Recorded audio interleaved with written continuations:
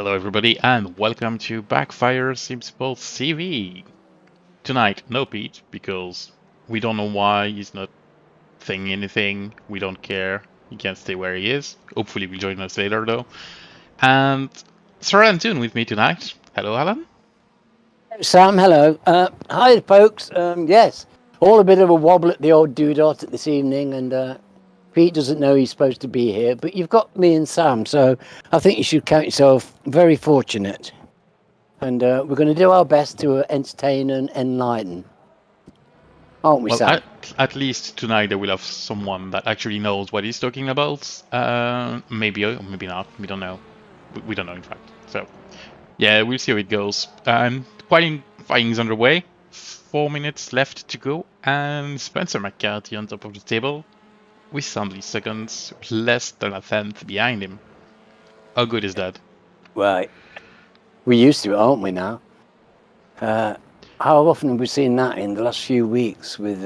hello, well, Sam's just done a cracking lap. Look at that, he's purpled that one. That's a beauty, but they're so tight, aren't they, you know? There are only tenths between any of them at any time.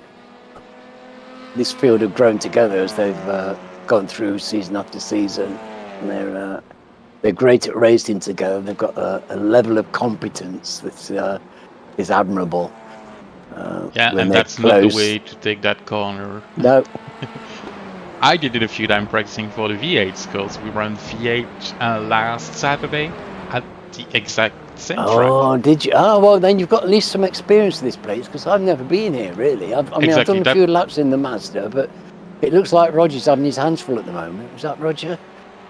That was Sam on screen, no Spencer, but yeah, that's why I said that we'll actually have someone that has a bit of knowledge today. Yes. Because I actually raced the track not long ago, and I know a bit where it goes. It's pretty, isn't it?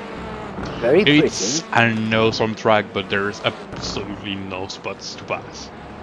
Maybe a bit more in the TCRs, but in the V8 it was just awful. You just had to rely on mistakes made by the guy in front of you to actually make a move or something, because it was just impossible. Oh dear.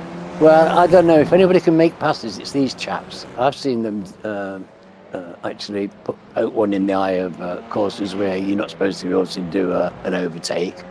And then, you know, Spencer's just overtaken the whole field twice. So, I'm cautious about these things. Supposed to, but yes, I think the car makes the difference, that's for sure. Now, I've only driven a few laps around here in the Mazda, but I imagine, you know, when you look at the track outline, it reminds me very much of a lot of the best bits of a lot of tracks stuck together, kind of in a haphazard way.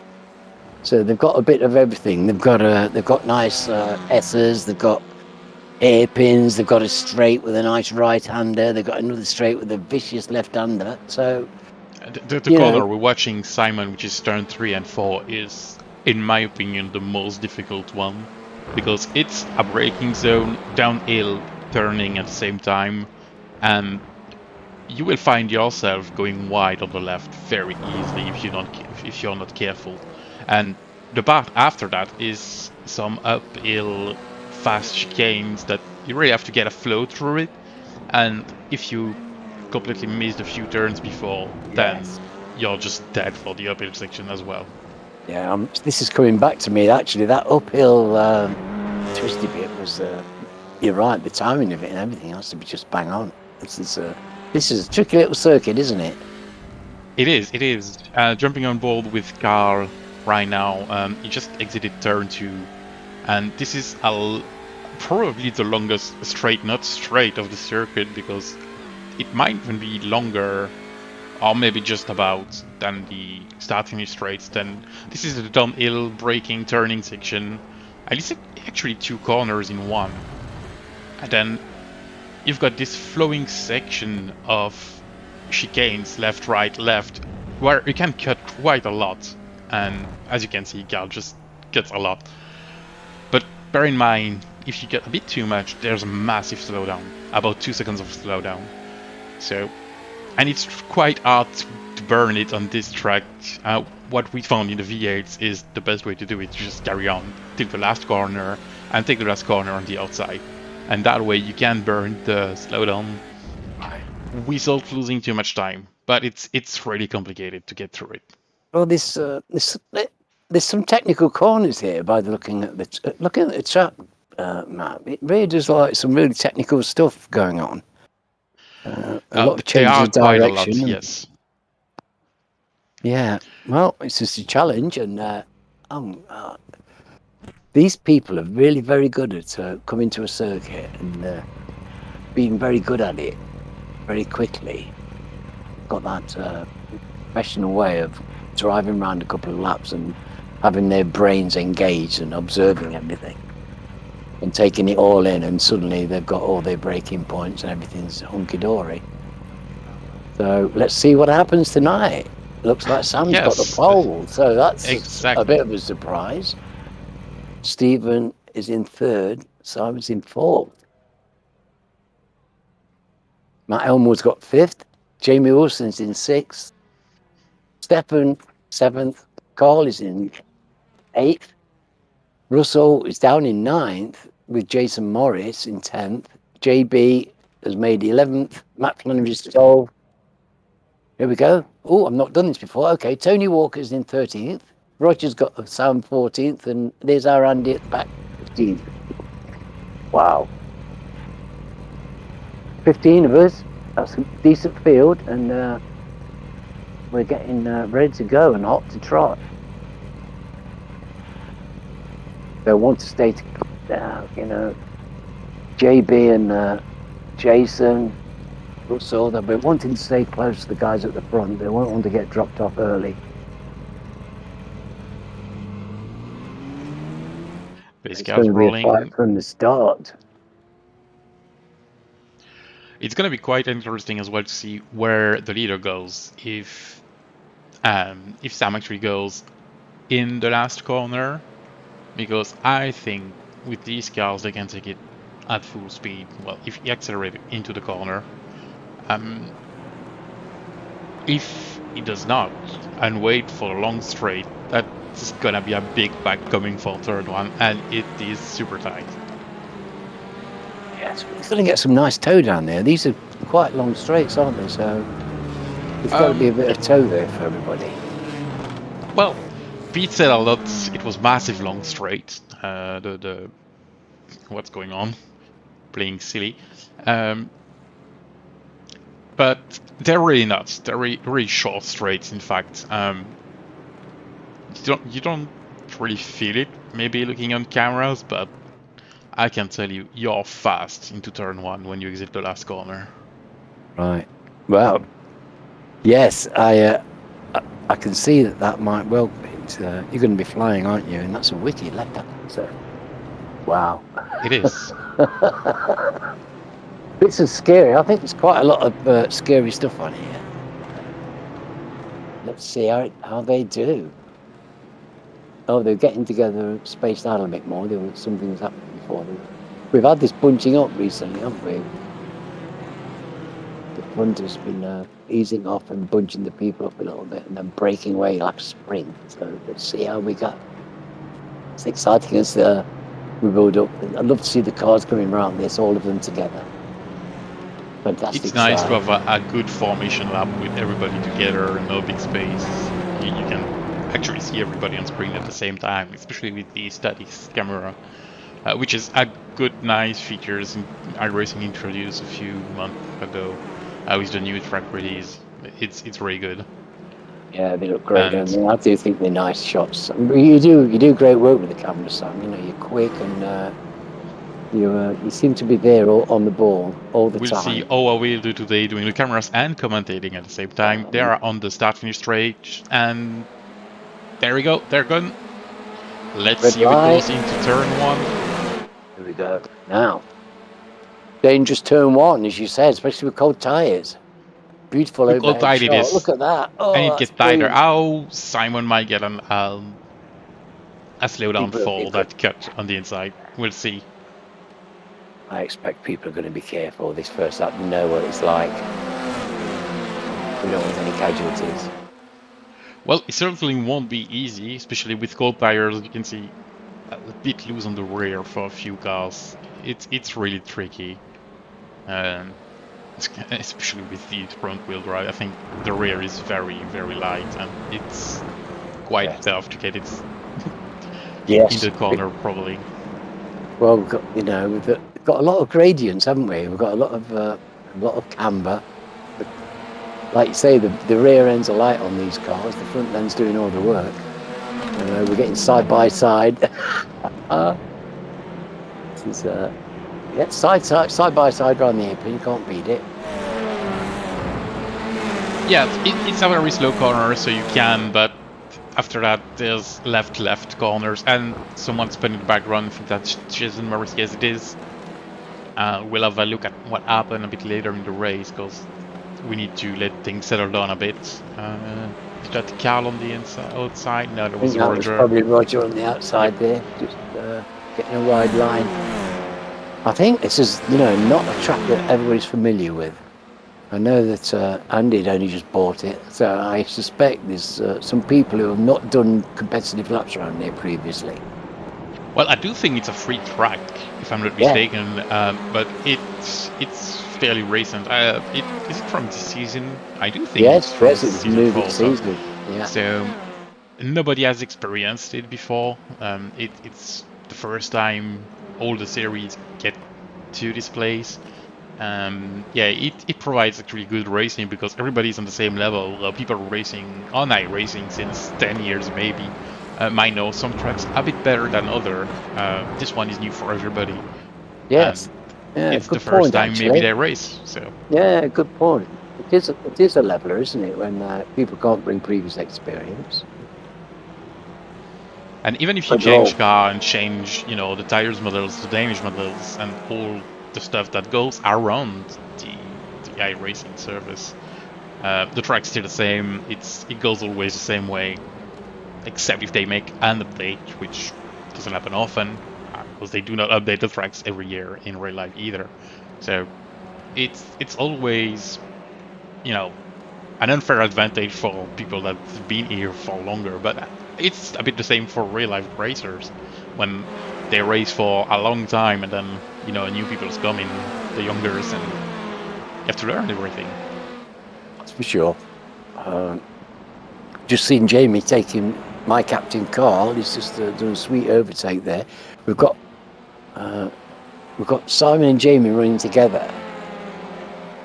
I'm thinking we might get something off Simon this week.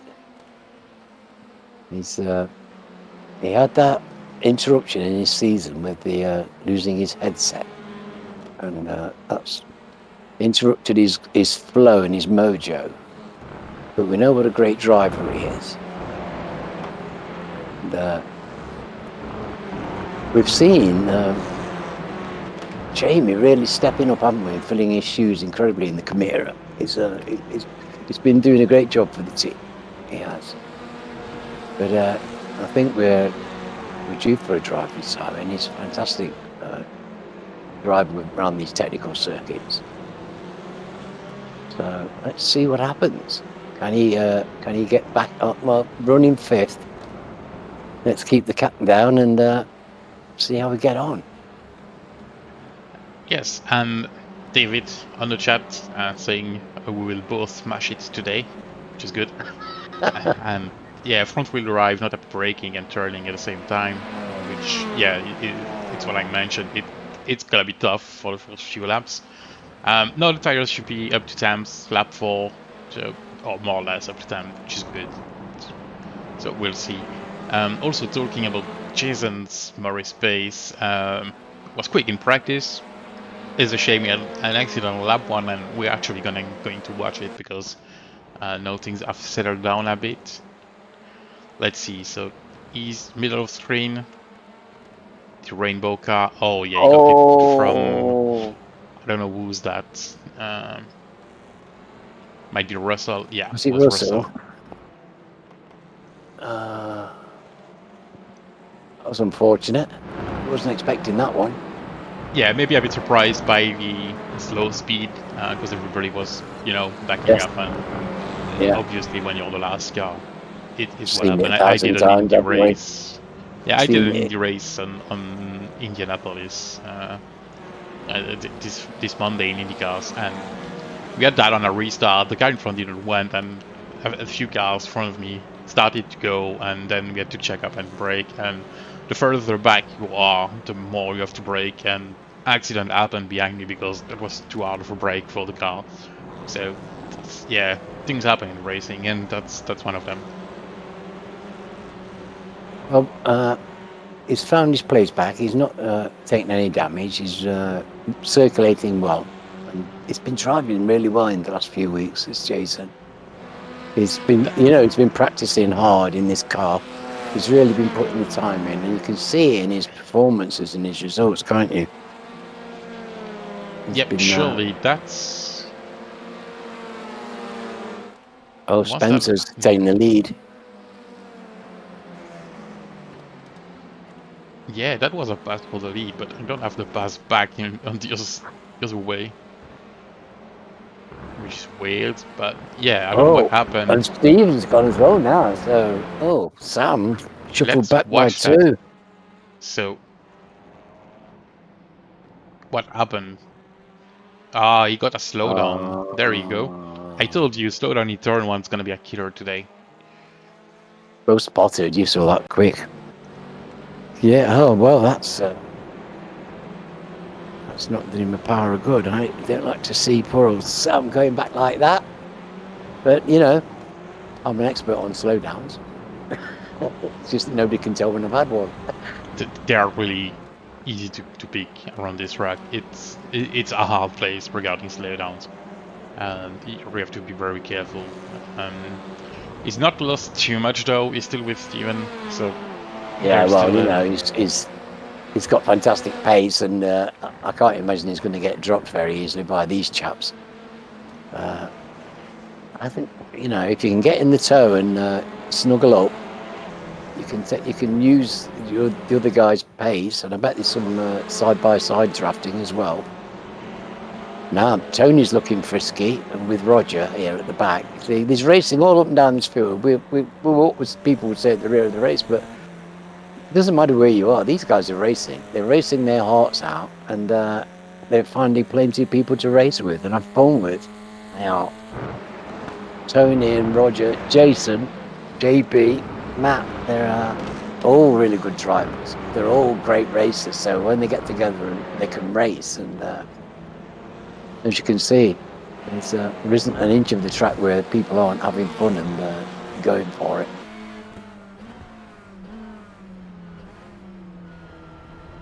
It's uphill. If you don't get that corner, you've lost all your pace going up. It's quite steep, isn't it? It is. That right, I don't know which is. Go ahead. It pulls you, doesn't it? It pulls you to try and pull right, and you sharp left. You can't see where you're going. It's a lot of fun, and I don't know with goals for these front-wheel drive. They're quite light cars as well, so I don't know how they get the traction exiting that airpin. But I can tell you, in the V8, after a few laps where the tire were completely smashed, it was a nightmare. It was you had to be so careful with the throttle to actually get the drive out of the corner. That's interesting. Well, we might see more of that later, because mind you, the tyre wear on these cars is fantastic. They hang on incredibly well even when they're getting well worn. So, but this is probably a track then that's quite heavy on the old rubber, so that might be having, trucks like that, they tend to heat up as well. If you have a moment, they get hot, and then you've got to wait for them to cool down, otherwise you've got no grip. So Tony's there with Roger, and they're having a right ding dong. Yeah, Tony just went through Roger. Yeah, but Tony's probably just got the edge of pace with Roger, but you can see Roger is a scrapper. He won't give in, and he'll be trying. He won't be happy that he's been passed, and he'll be really trying very hard to keep that gap down. He will. And with his old friend Jason there just up the road, There's plenty of emotion in these races with these guys. They don't want to lose. They don't want to be beaten by their mates. Oh, look at we are a bit Spencer. all like that. Yeah, 28-2. Look at that. Goodness. He's popping the purple laps in already. Last week he was doing it towards the end, wasn't he? Impossible Actually, lap. pretty fast. I don't remember what they did in quali. I'm gonna watch that in the session. In fact, so yeah, 28.159 for the pole. Oh no, 107. Sorry, that was some. So 128.107 for the pole position. So not far off that pace already into the race. That's quite something. Yeah, they're quick off the mark, aren't they? Now look at Spencer. He's already forging a small gap, and that's not easy when you've got Stephen Walker behind you and Sam Blees to actually be able to forge a little gap. It just shows you how the little tenths and the consistency of just those little tenths every lap, and that's all we're talking about, a few tenths of a second every lap. But if you can do it every lap, you eke out a gap, and the skill required to do that is considerable, let me tell you. And I know how fast Stephen and Sam are, so you know, Matt's no slouch, but Spencer's already forming the gap. It's remarkable. Yeah, and we saw before, you know, Sam had that slowdown. What was it? No, I'm starting to be like Pete and forget things 10 minutes after they happen, but Steven already had a bit of a gap between him and the two guys in front, so you know that plays into it as well. I think he's just a tiny bit slower than the two geodesic guys, but as I said during qualification before the start of the race, once you're stuck behind someone, unless they make a mistake, you're stuck. It's very hard to pass, and you don't really see the corners, even if you're alone on track on this thing, because it goes up and down. And stuck behind someone is even more difficult, and it's easier to pick up slowdowns again, because you don't really see the corner. That's right, you're so one-sided, aren't you, because of the gradient changes. So I think this is a tricky old place. Some places you go to in the car, and you know, within a couple of laps you're feeling comfortable and everything's zoned in, or beginning to get, but that wasn't my experience here. It kept catching me out. It did. But how's the time? So Simon is right up with Matt now, and who wanted to get past, because he'll be wanting to start chasing Sam, won't he? So but again, if anybody can get past, we look at this as a classic situation with what you were saying, Sam, because you know Matt's a good driver, and Simon will be desperate to get by him, to start working on that gap, and that's going to put Matt under pressure, of course. Yeah, you got a big wiggle on the braking, and he almost get past the white line, and if you do, it's another slowdown. So you have to be very careful. He's really playing with the limits, Matt, to try to stay ahead of Simon. And we can see Simon has the pace, but they're still way past it. And I do think they're catching Sam in front. Yeah, he does have a bit of ground. So he might have picked up another slowdown or something, because he's losing ground on Steven, which is also losing ground on Spencer. Yes, Sam's lost 2 seconds. Yeah, we'll see on the line. We'll put the last time. Yeah, 2 seconds slower. So he did pick up a slowdown. There we go. Yeah. Simon's going at this, you know. Jamie's had incredible pace recently, and he's getting dropped by his teammate here. He's starting to be getting gapped because Simon's really trying hard to get past Matt, and wow. that's quite a titanic struggle there. That's not going to be easy. I guess you depending on another guy making a mistake, aren't you? And like the danger of the slowdown is that's a gift pass almost if you're close enough, isn't it now? It is, and we saw a big puff of smoke into turn 3 and 4. I don't know who it was, probably Matt or Simon again. But nothing happened. But it might before the end of the race. Perhaps Carl is getting up to Emerson's exhaust pipe here, so they're having a fine part there. And that one's a close one to call. I think a season ago I would have favoured Russell, but I'm not sure that I don't favour Carl now, and that the way he's been driving recently. So he has got his wobbly eggs. Carl's got some new pedals, you know, Sam. He's got some new sprint pedals because his others are not very good, but he hasn't got them fitted yet because he hasn't had a chance. He works away, of course. And, so we're looking by next week. He'll have his new pedals fitted, his posh Hoitingveld sprints, and he'll be glad of it because his accelerator pedal doesn't work at the moment. He's having to fight with it, but he's doing a pretty good job with it. I think the pedals are really,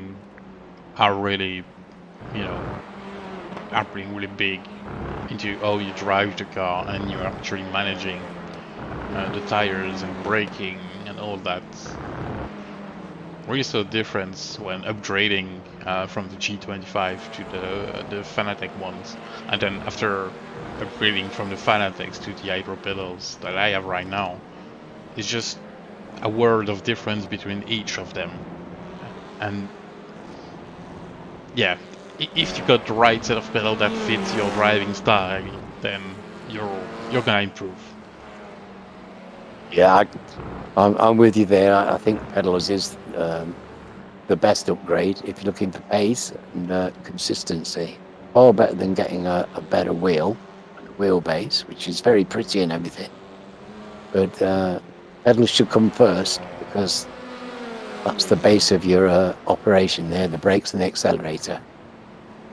And I love my sprints, and every time I've upgraded my pedals, it's seen an improvement in my times and performance generally.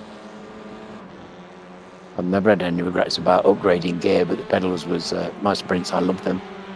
They're beautiful, and they suit me very well. Proper decent pedals, proper decent company who cares about their customers. Whoa, they're having fun, aren't they? And look, Steph's going to join in, isn't he? Because he's catching up there, isn't he?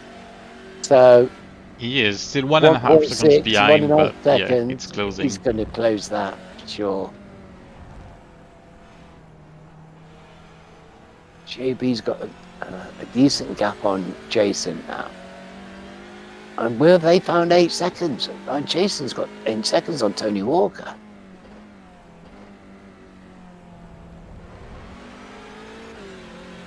I wonder if Tony will have to slow down as well then or something.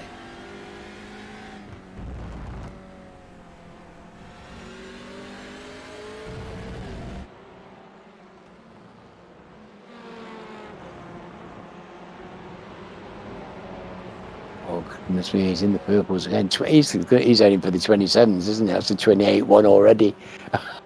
He is. I think we'll see 27 before the end of the race. Only 10 minutes left though, so we'll see. There's a chance. Light car. Light tyres because he's worn the rubber off. Ooh, that's getting cosy.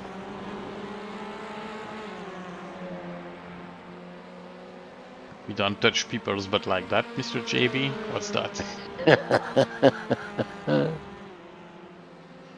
But JB knows his way around the track as well, because he did it in the V8 last Saturday.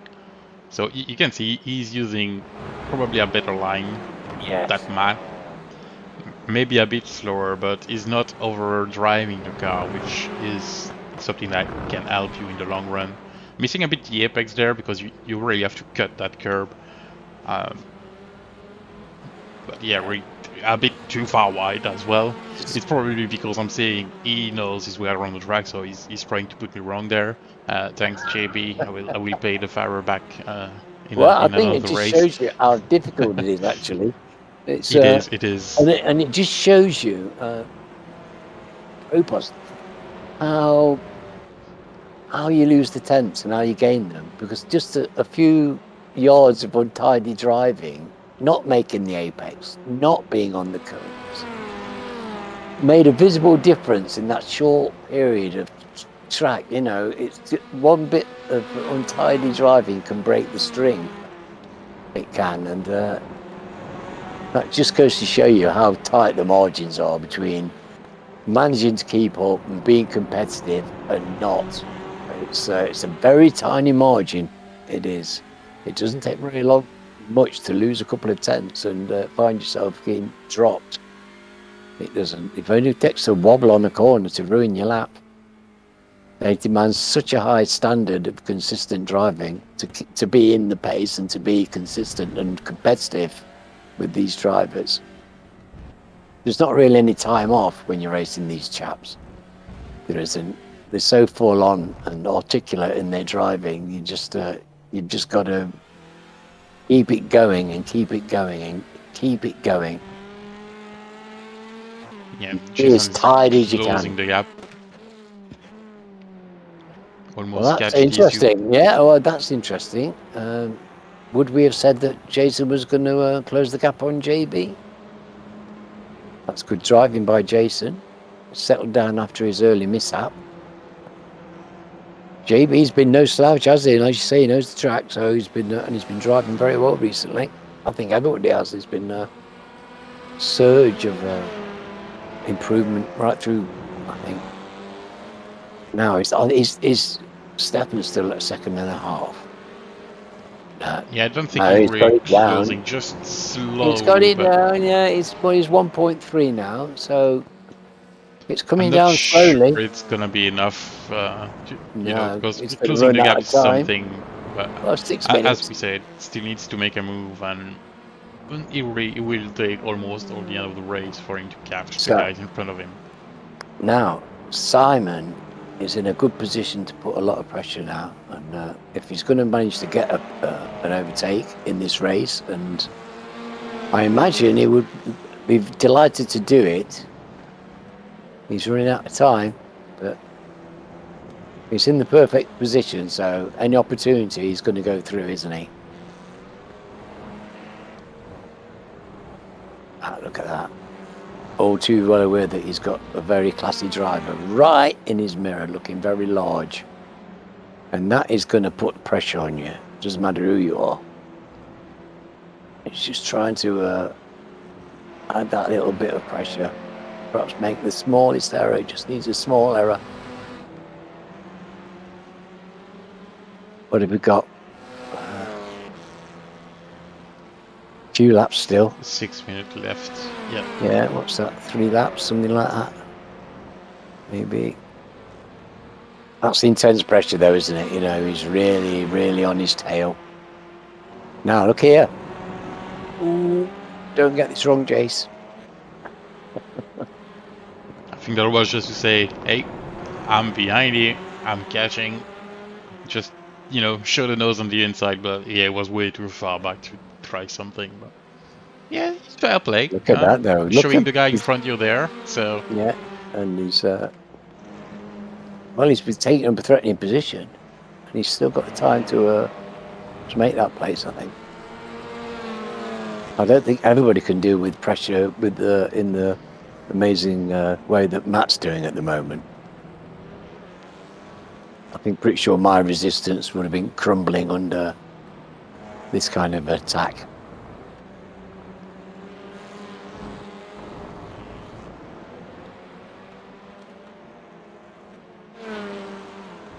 Oh, crikey. There's Carl and they're still at it, Russell and Carl have been at it for quite a while, haven't they? There's still not a car length between them.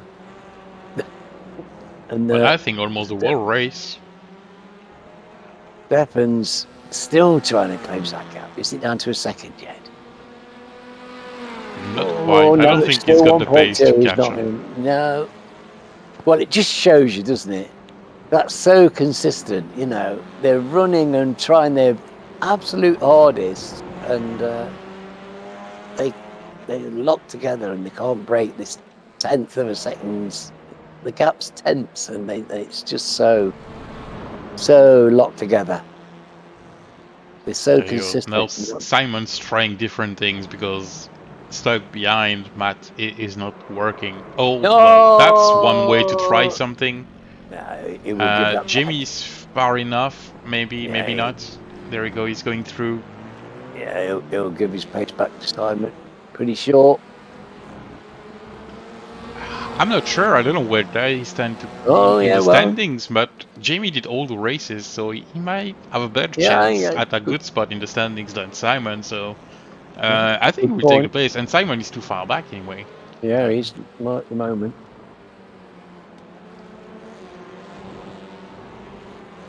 Oh, he's got the nose on the inside. Yes, Jamie's in third in the championship at the moment, so I think he's got the right. 28-0 from Spencer. So getting close to that 27, but I'm not sure we will see it in this race. Maybe the next one. Maybe the next one.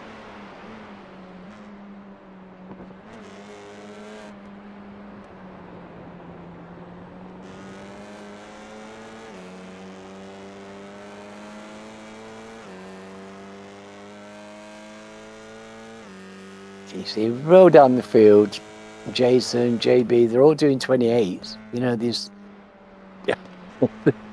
not an awful lot in the times down the whole length of that grid, is there? If the back end's doing 28s, goodness me. You have to get down to 13th to find a 29.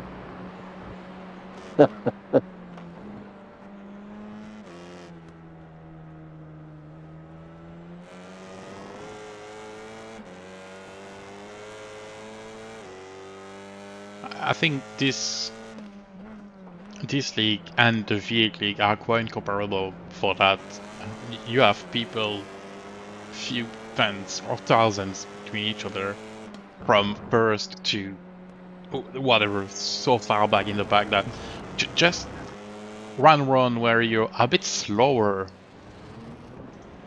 gets you up a lot more. And there's been an incident with Matt, JB and Jason, so I don't know what happened, but we'll go through that right now and see what might have caused it.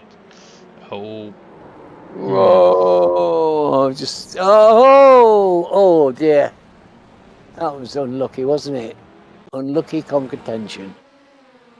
Let's watch again from the top.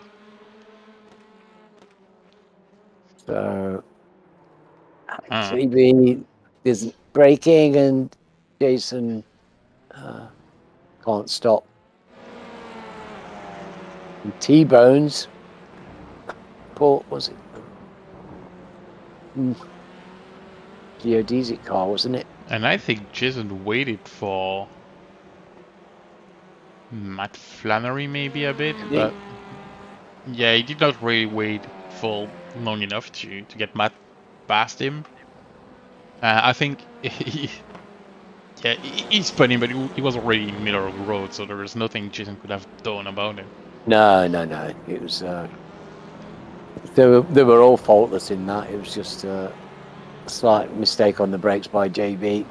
Just the tiniest racing incident that would have been normally just a slight touch and nothing else. But of course, it just got the car turned and that got Jason involved. Unfortunate, really. Yeah, 28.023 by Spencer, and he started the last lap. Well, there's one thing about these gaps, they do keep their eye on the fastest lap, you know. They do make dedicated attempts to try it, because there's points for it, isn't there, you know. And points are important when you're as close as these chaps. There's very little in the At the moment, Stephen's got the lead, but he's only got a 20-point lead over Sam. On 30 points. 30 points. It's not a huge amount. It's not. It only takes a bad race really to Yeah. lose a lot of points. So yeah, it's really tight. Simon kind of catched up with Jamie and Matt, but I think he's too far back now to do anything unless, you know, Jamie lets him go. Oh, time's up. So this must be the last one. There's the flag. The flag is up, and that was quite an easy race then for Spencer till, yeah. well, there's, you know, some drop back out, what, 10 minutes in, and 27.993. There we go. Saved it Called for the it. last. Well, he's a prima donna, isn't he, Spencer? He knew he was going to do that on that lap. Well, light of fuel and all that, so it does help quite a lot. But he's the only one in the 27th, so yeah, good no, job. well, yes, indeed. I love the way he can just decide to do the fastest lap. It's pretty classy. Well, pretty classy. It's bonus point anyway, so might as well take them. Sure, and everybody's finishing, so that's nice. Didn't lose anybody, or just coming in. Yeah, and they're already finished behind Spencer, I think, or something. Was a lap down. Full set of people, lovely. So, there you go, Sam. Well done, geodesic. Well done indeed. First place for Spencer McCarthy, Stephen Walker second for Sped6 Purple, 3.7 seconds behind, and Sam Blees last on the podium for geodesic racing as well, 5.6 seconds. And then Matt Elmore, Jamie Wilson, Simon Trendle for 5 and 6th. Russell Cole 7 in front of Carl I. The Stephen Goebel 9th didn't manage to catch up. Was close but not enough. Jimmy DeJoux 10, Jason Morris 11, and Matt Flannery a bit of casualty in the fight with JB and Jason there, 12th position. Then Tony Walker 13, Roger Morton 14, and Andrew Littler 15. So who's starting on pole? 8. Reverse. I do think so. I'm trying to find back, but I get invert 8. I get normally. it mixed with the V8, which is 10. So yeah, we normally have 8, and that would put Carl on the on pole position. Yep, Carl on pole, and on the same row, Russell Cole. So yeah, it's gonna be an interesting one. Simon Trender is starting third as well. I think he got tangled up at the start and couldn't pass much. He might still have the pace to run in front, so we'll see how long it takes him to get through Russell and Carl and be at the front if he can, and how much gap he can put on Spencer, Stephen, and Sam. That's gonna be an interesting race. It is, and there's a lot on the start of this, isn't there? With the difficulty of overtaking, the actual start takes on a whole new level of importance when you can't easily make up the ground in the race. So this car is not going. He's just spent a long time trying to get past Russell in that race and failed. So he's not going to want Russell to be getting away in front, and Simon definitely won't want to see those two in front of him. So a good start required, and there'll be nerves on this.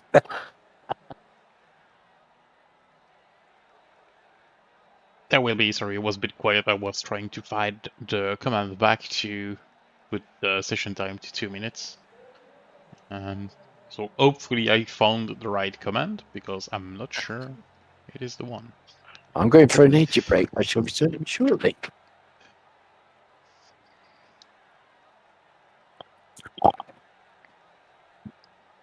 Hopefully Alan's not taking the microphone with him though, because that would be something interesting.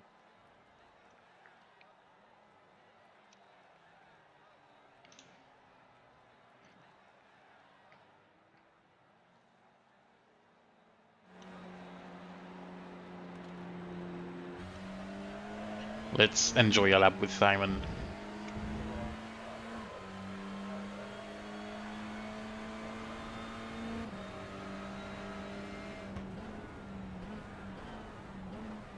Thank you, Simon. That was an awesome lap. Let's go with Steven.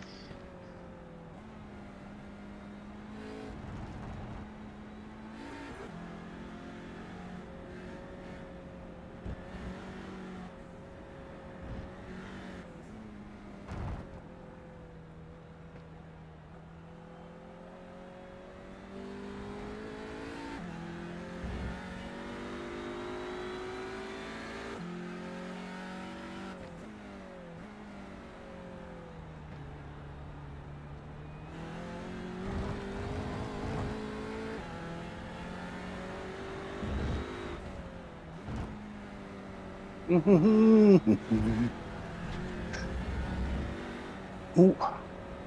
looks like fun.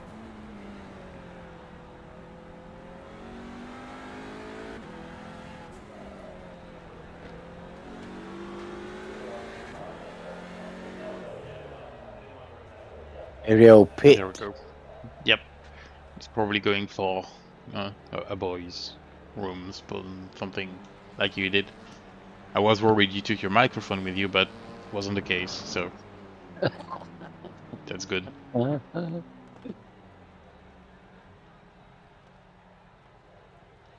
What's the pit entry like here? I don't remember. That looks a bit awkward the way he came in there. I would compare it to the first part of the Barber pit entry. Less steep, but still an awful pit entry with a very tight first corner on the right. You actually have to go wide on the last turn to go on the left and enter the pit road from there. You can see it on the background. Then it's a very tight right turn, very easy to overshoot, and I have to set up the grid 2 minutes. Hopefully, this is if the commands can send itself. There you go. That was the right command, which is good. Well done. Well, not surprised. You're very competent at this stuff, Sam. I just wonder. Well, I don't know if I am because I waited maybe a bit too long to send it, so we'll see. It's working, isn't it? Competence. Yeah, so yeah. David Think saying no disrespect intended, but this track does not make for good racing viewing. And I do understand what you mean by that. It's so tough to pass that there's no real visible action. It's an awesome track to race though, but I do get that it might be boring to watch because there's no possibilities to overtake really. You're just waiting for people to make a mistake. Yes, so. We're not getting the side by side critical overtaking, slotting in under pressure, split second timing that we normally have, are we? And we're normally spoiled with that kind of thing. So this is probably better for my blood pressure, but it certainly is not as entertaining as what we're used to. Yeah, that's true. It's very less entertaining than Old back last week, for example. That's real. We already covered a bit the grid, but we'll get through it anyway. So Carl Hardy starting first, Russell Cole on the front row with him in second, Simon Trendle and Jimmy Wilson second row, full team Chimera. Matt Elmore, Sam Blees 5 and 6, Stephen Walker in 7th, Spencer McCarthy 8, Stefan 9, and JB 10 with Jason Morris and Matt Flannery 11 and 12. Tony Walker 13, Roger Morton 14th, and Andrew Littler 15. And that grid of 2 minutes is really, really long. As I said, I think I waited a bit too long, so sorry drivers. I just trying to do too many things at the same time. So if it was a bit too long, my fault, but you can blame Pete and Clyde not being here today to do it for me. I think they'll understand. We go with that. I'm pretty sure they'll understand. But this is a crucial start for this race. This is unusually important early laps. It is, and we saw on the first start, Sam waited almost a third into the front straight. We'll see how long Carl will wait before starting, if he will go in the last turn, or if he'll also wait till almost the start-finish line to go. It's gonna be interesting. Mirror cars are right in their boots. That's saying attention to me. And look at the geodesic guys.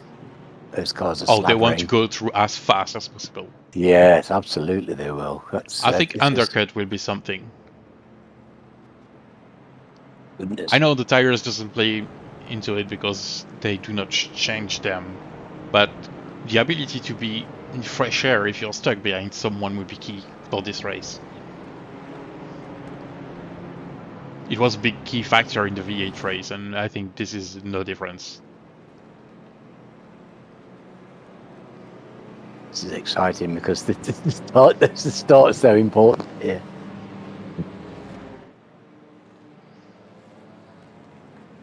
You can see the change of elevation going through that hairpin. Yeah, it's fantastic, isn't it? Yep. What a shot that is. That's beautiful.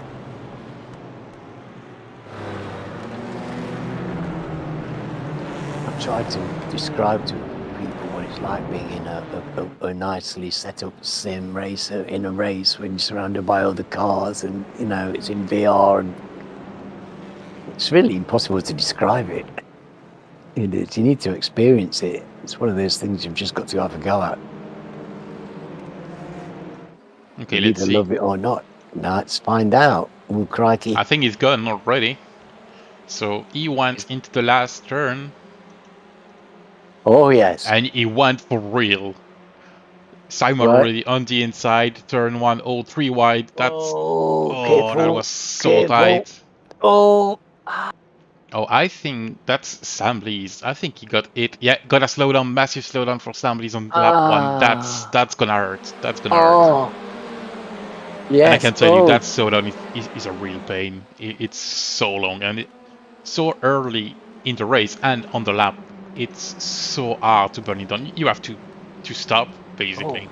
Is that Jamie going wide there? That's Jamie going wide, and that might end up in a slowdown as well. It doesn't look like it, but we might see him, you know, either go wide on a corner or just slow down later in the lap because doesn't want to get in the way. But yeah, that's costly to that early in the race.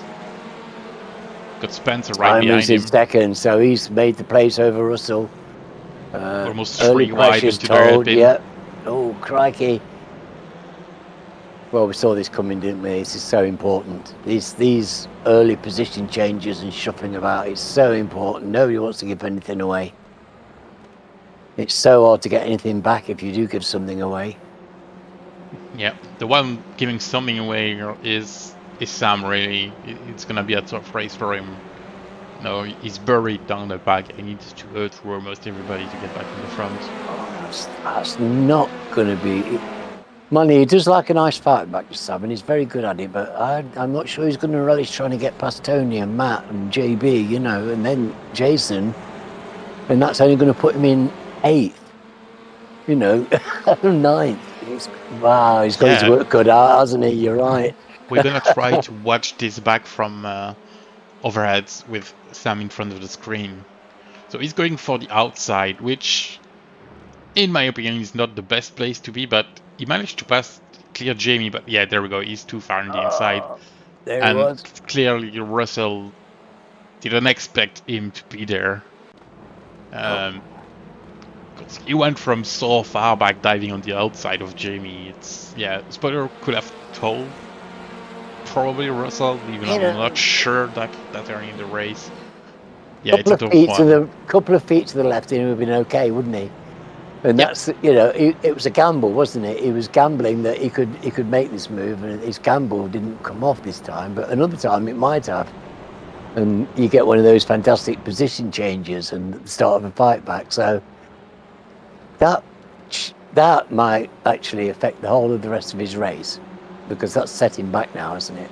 Oh, it surely will. So Ressler is not giving up at Simon. He's putting a pressure, and Carl is getting away from everybody.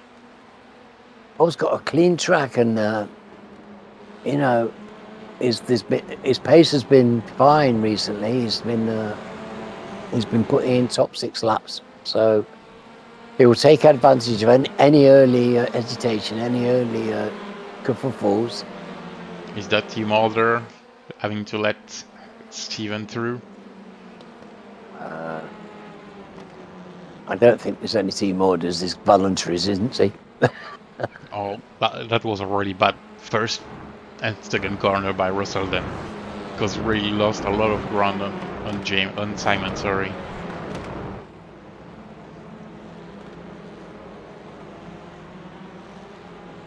And Spencer. Oh, this is going to be. Really wants to go with them. Yeah. This is, well, you know, Spencer is a fantastic overtaker. I don't think I know any a better person for driving through a field than Spencer. I've seen him do it so often now. So if anybody can do it, it's him. But, you know, these are good drivers. And you can see he's working his magic, but it's not going to be quick.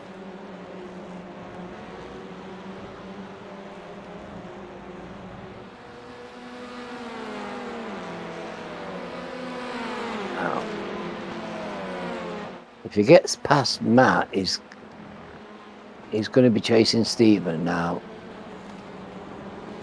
He's got past Stephen in the last races. He's maybe just got the slight edge, but this is a different kind of track. Track isn't going to help the overtaking guy, so this is work. And where's Sam? Is Sam? Oh yeah, Sam is still held up. You see. Yeah, he gained 1 position on Roger Morton, but it's not much. It's gonna take him a long time to get back. At least in a top 5-6 position. Jason's really having a good nibble at Stefan, isn't he? Yeah, almost touching to the corner. Wow. This is fine driving by Jason. He's really stepping up his game noticeably. Yeah, Stefan went very wide. He didn't get nudged, did he? What if they were trying to go side by side or something? Oh, hello. So, Sam, that's Tony. Crossed off his list. He's got Matt Flannery next. Well, Matt Flannery's no mob, and we had him in for an interview recently, which was very nice. It was his first video, I think, or something. It's lovely to have a new face in the booth. Matt is doing his fastest laps. He's just set up the purple 128. So he's been inspired. I imagine having Spencer McCarthy in your boot. Simon. Oh, he managed to gather that back. That's incredible. He lost a lot of time though, but that was really good racing. And I don't even have an incident or anything, so I can't even show you the replay, which is a shame. Fantastic control, isn't it? It is. Oh, Spencer going wide, losing spots. That's no good for him. That's the side, isn't it? You know, it's you're being forced into taking risks that, you know, your strategic mind is probably arguing with you about.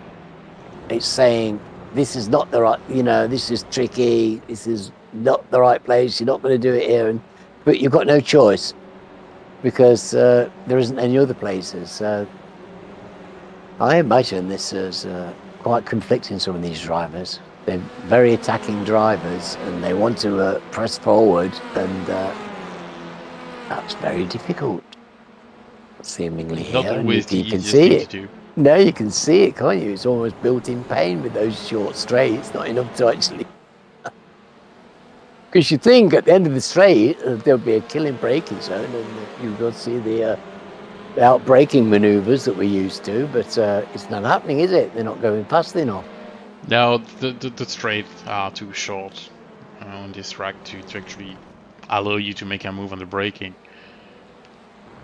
That seems like a bit of a silly thing to do, to be honest, in a racetrack. But there you go. Look at this. Now It's a very technical racetrack, but yeah, as David said, there's no real lot of action because of that. Because there's no real passing opportunity. Because so the that's a straight are not call. long enough. Oh, Steven's round. Oh, he managed to get it back again. Oh, more great driving by these guys.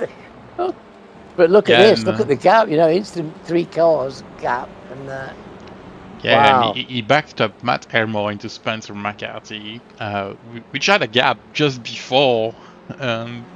There's a reminder from Matt when Spencer lost a bit of ground. So I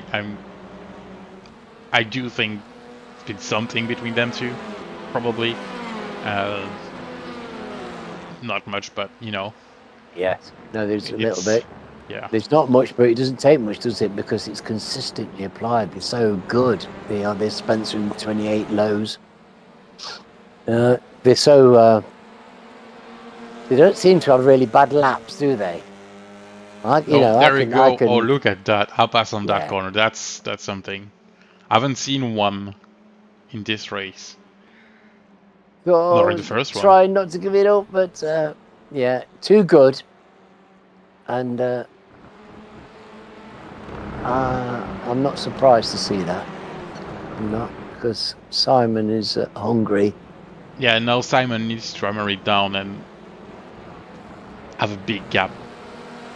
That's gonna be the key. Question is now, can he build up a gap? And I'm not sure he's going to have an easy time doing that. I wonder if Spencer got another. Wow, he's way down back because again. he's backed up again into the Russell Jamie battle. Oh no, that's Russell. I've got to slow down. There we go. And jeez, come on, guys, sort it out.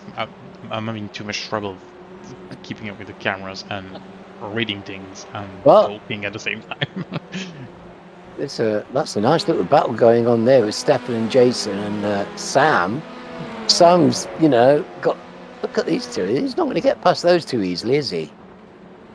He's not. I mean, Jason by himself is a monster. We've been here before with Jason and Stefan, if you remember. Jason, a few weeks ago, did a monster almost race long defend with Stefan behind him and couldn't get by. Very frustrating race for Stefan, I think. And that's too wide, and that's gonna be a slowdown, I think. Well, Stefan, I want to quickly go back to the past with Russell and Spencer just to see what happened to Spencer. And that is slowdown, isn't it? That was before. That's a massive slowdown. Okay, let's try that again and see where it happened. So that's not the one I'm looking for. Thank you very much. That's the one I'm looking for. So there you go. That's the one in the first chicane. Oh, that was so oh, that was a wheel's width, wasn't it? Alpha wheel. That's the difficulty as well on this track. I said it at the start. That is awful. Slow down. That's gonna be killer today. That is really. That is harsh. That is harsh for half a wheel over the line. But look at these times. Look at all these 28s. I mean, how can you split these guys? They're all trying to be in the same place on the same track all at the same time. That makes it really quite tricky. But Simon Trendle is working on. He's doing the gap thing. And I think Carl's going to be helping him out here. There's no doubt in my mind that Carl won't give up that place without a real big fight. Now, Stephen, lovely man that he is, will be trying his very best. But while Carl is defending his hardest, Simon is getting up the road. He is. And Simon is a great front runner. He's a very consistent, fast driver, and I think this race is his to lose now. To be honest, he's in front. He's got a little bit of a gap, and the circumstances of the track, where it's so hard to get past, he's got a fairly good effective blocker behind him, hasn't he? Yeah, and we know that the lighter the car gets, the faster you go. That's a fact. And he's in front in clear air, so he's the one setting up the pace. And he's the only one in the field that can say, I've got nobody in front of me. I can take the full advantage of a light car and go as fast as I can. Yeah. If anybody's going to take advantage of a technical track, it's Silent Twindle, because he's a fantastic technical driver. Now, that wasn't the tidiest thing I've ever seen. Well, I think these guys talking to each other, in the chat. Yeah. Steven and Matt are in the same they team, will so be. probably, Yeah. Oh, they will be. Oh, yeah, they've got great communication between the guys.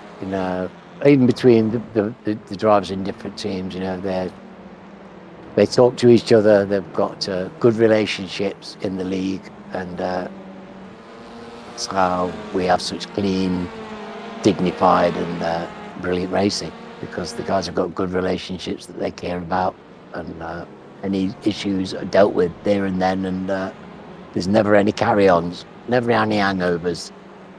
Very professional, very very nice way of dealing with stuff. Oh no, Jason is making his car wide, and nobody does it better, to be honest. I thought maybe he'd drop one there, but yeah, sure enough. And, I wonder if Stefan will be able to get past him, because their pace was surprisingly close, wasn't it? If there's only a 2/10 between you, how are you going to get past? Yeah, they managed to catch back Carl, but that put Spencer into the mix as well. So yes, that's of course. A full car battle. Stephen and Spencer certainly have got the legs of Carl. We know that. That was close. And that's going to end in tears. There we go. Oh! Crikey, talk about great predictor. You can't go side by side into that thing. He's going to give the place back, though. Yeah. Easy. Maybe not. I thought that he went wide, but maybe that was. He just missed the corner. Because I think that was a bit... he pushed him into the grass, really. Let's watch that again. So we've got...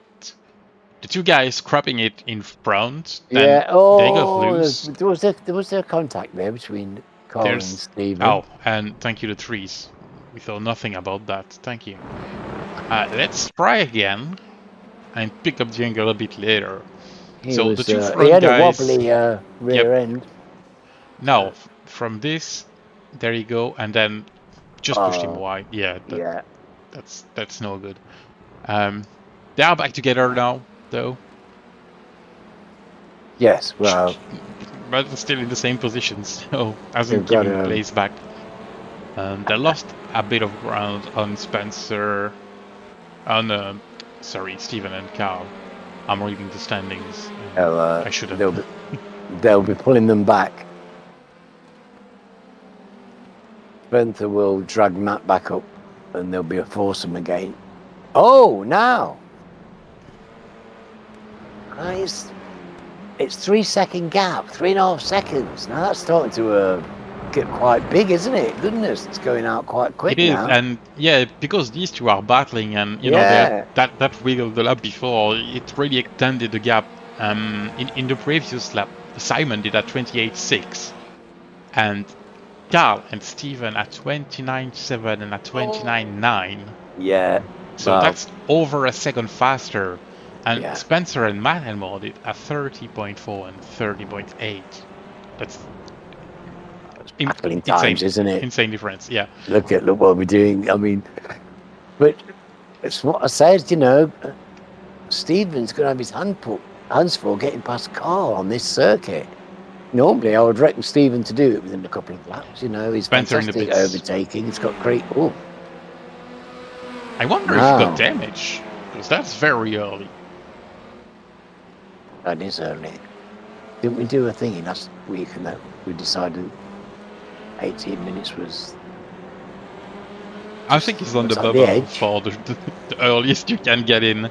It's not a high constant track because there's not a lot of straights. It does help. And as I said at the start of this race, the undercut will be key because he's gonna be in clean air. I was about to say when he jumped into the pit that Assembly actually get in with them. He was fighting the same group with, you know, you can see at the bottom at Elmore, Rudskogen, Jimmy Wilson and Assembly.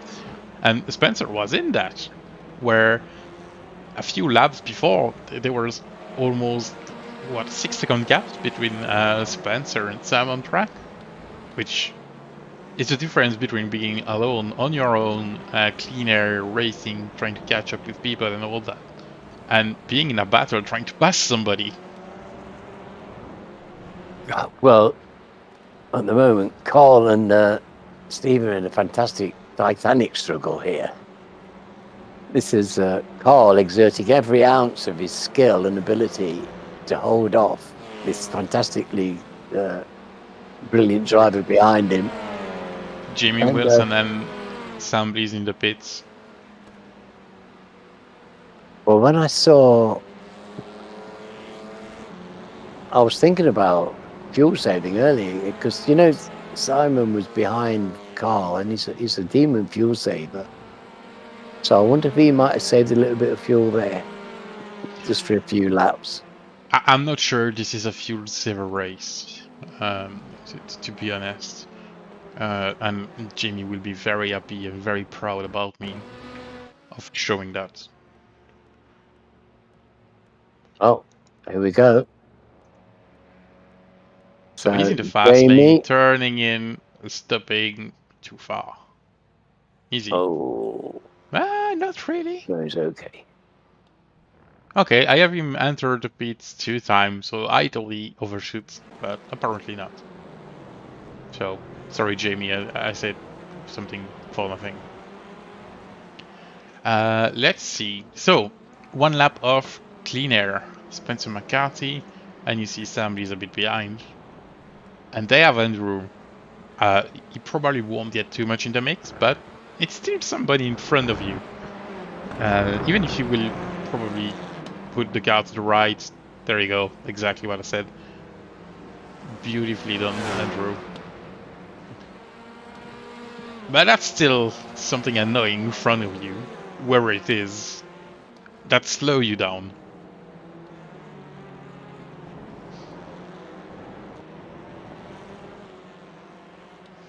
Oh, Simon's got 5 seconds now.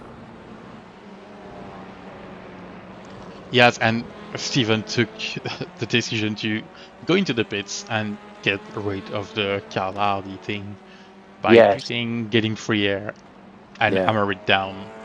And Jason as well. Yeah, a bit of a longer pit stop for Stephen, so I'm not sure it'll be clear. No, I don't think so. Oh, this is not going to work for him. Well, there's no way he could make a you see that one lap. So. That just 1 lap. Well, it was 2 laps for over Stephen. Stephen got stuck behind Carl, and Spencer could just go. And he was 1.5 seconds behind, and now he's in front. Now he's in front. But he's well, it's a long way to go, and how this is going to pan out with the guys who are actually leading the race at the moment, we don't know. Now, Matt's hanging on well, isn't he? Matt and Carl are well familiar opponents and friends, so that's going to be distracting for Carl now. He's going to be watching his back a little bit. That's going to help Simon. It is. I expect Simon to stay out as long as he can. in this situation. So, Ooh, another one. Was that? That's another slowdown for Spencer. Was that? Oh, was it Spencer? It is Spencer, yes. Oh yes. goodness! I think saw he will somebody go off behind. Was it? Yeah, he's going to hit that corner. That's at least the third slowdown, if not more, we saw from him on the exact same place. Nightmare. The thing is, you know, we've made the point tonight about, you know, they're so consistent with their lapping. When you get a slowdown and it's seconds and seconds, it's very hard to get that time back in a race like this. You can't. You know, it's, No way. you're depending on everybody else getting a slowdown, aren't you, really? Yeah, and Jamie was very close to that slowdown as well, but the difference from getting it and not getting it is really, really close. But Almore, touchy, that's a slowdown for Carl for sure. Wow, I bet they're discussing that now on the Discord.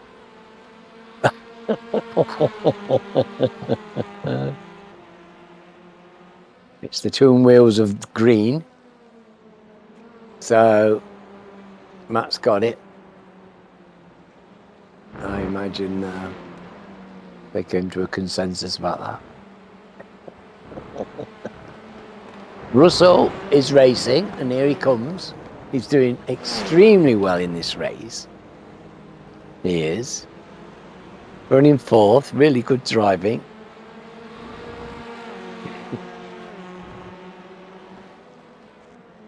Oh, that's a bit deep, Carl.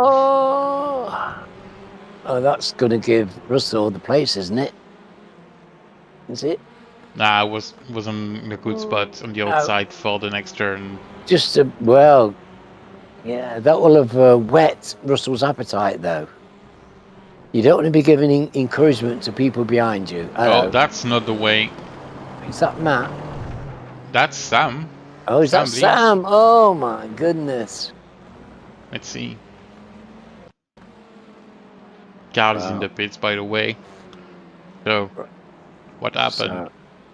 He's just trying too hard, isn't he? Oh, he pushed too hard, and yeah, he's just trying too hard. Oh, and he kicked the ball very hard as well. Oh, that was nasty. I imagine he's finding himself a little bit frustrated because he's not really managed to make any realistic ground, has he? If the car is still in one full piece after that, he's lucky. And he's not, because he's in the pits for the fast repair. Yeah, that's a race to forget. A hard hit. Well, that was a hard hit, but you know, he can do his pit stop. It's not a total disaster for him, is it? Well, he already pitted once. Oh, is he pitted? Now he's in just for the fast repair, yeah. Yeah, where's Sam? The massive slowdown at the start, and then this. Oh, Sam is what Sam do? Oh, Sam's in the pit. It's Sam. Yeah, that's him. That got into the wall. It's not Spencer. Yeah.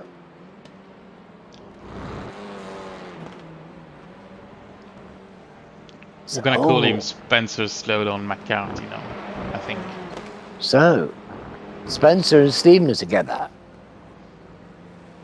It is.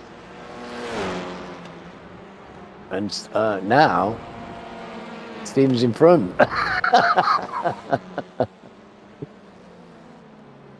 Oh, he lost the value of his undercut with that slowdown. Isn't that a shame? A brilliant tactical move like that, thinking on your feet, doing the right thing strategically, tactically in the race, and then a soft slowdown like that cost you the place.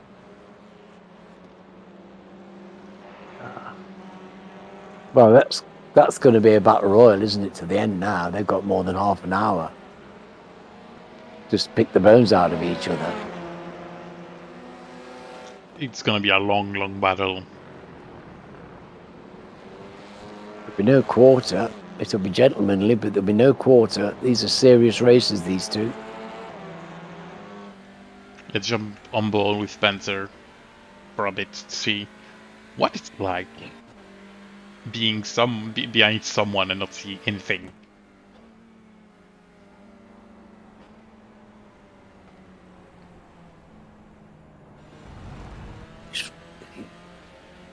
Wouldn't it be great if you just be able to nip up on the inside there, but you just can't. Oh, this left-hander up here, I think, is a very deceiving corner. It is. Yeah, you think you can actually go fast in it, but you really have to slow down for the next left. Because if you carry too much speed in the last left of the chicanes, you overshoot the next corner, and then you're off camber, it's awful, you're slow, everybody go past through. So it's the worst thing that you can do, overshoot the last left of the chicane. You get a real good sense of the way the gradients are shifts, and that they come really quickly. So it's like a series of dells and rises and falls that happen very quickly. They do. And that affects the way the car is handling quite a lot.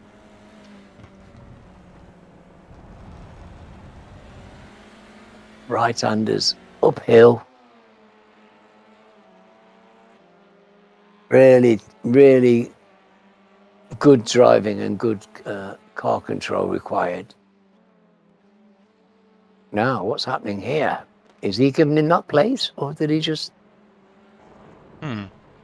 Almost looked like he let him through. It did, didn't it?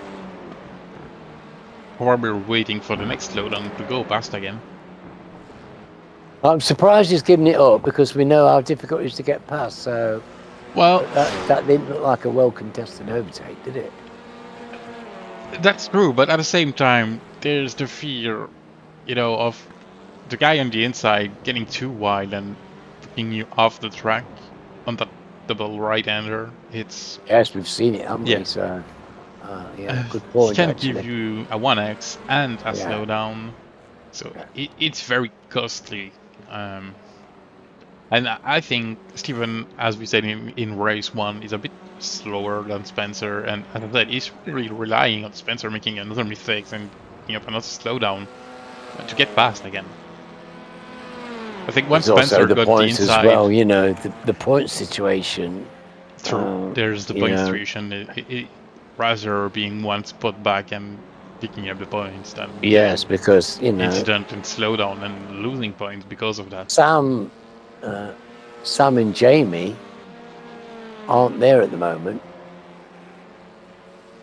The people he's in constant, you know, in closest battle with, they're not threatening at the moment. So if he can pick up good points, he wants to pick up good points. I imagine actually it's difficult to drive with Spencer in your rearview mirror all the time. It's going to put a lot of unnecessary pressure on you, I think, if you know that eventually. Oh, that's bad. Oh, Roger lost that, didn't he? Yeah, I've been beating Spencer. Not that he had to get out of the way, but yeah, you see, he was too wide on that corner and he tried to get back onto the line, but yeah. I didn't see Spencer, I don't think. Yeah, I have a bit of lack of awareness on that one for Roger. Yeah, he certainly didn't see him. So that's now he's he's got Jason's gone by him, he's lost his rhythm.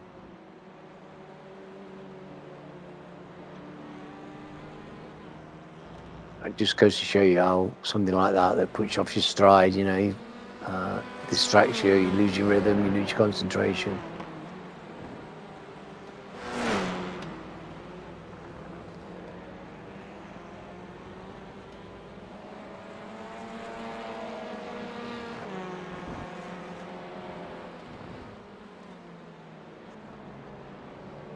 Matt had his pit stop yet? Was that? Has Matt Elmore had his pit stop yet? No, the first guy that has done his pit stop is Steven Walker. Right. In 8th position.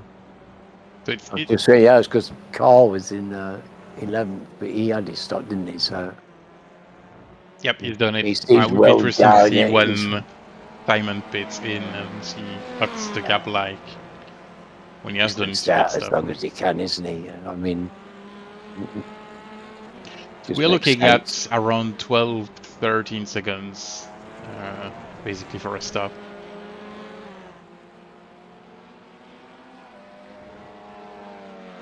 Plus the transit to pit lane, of course, which I don't know what it's like.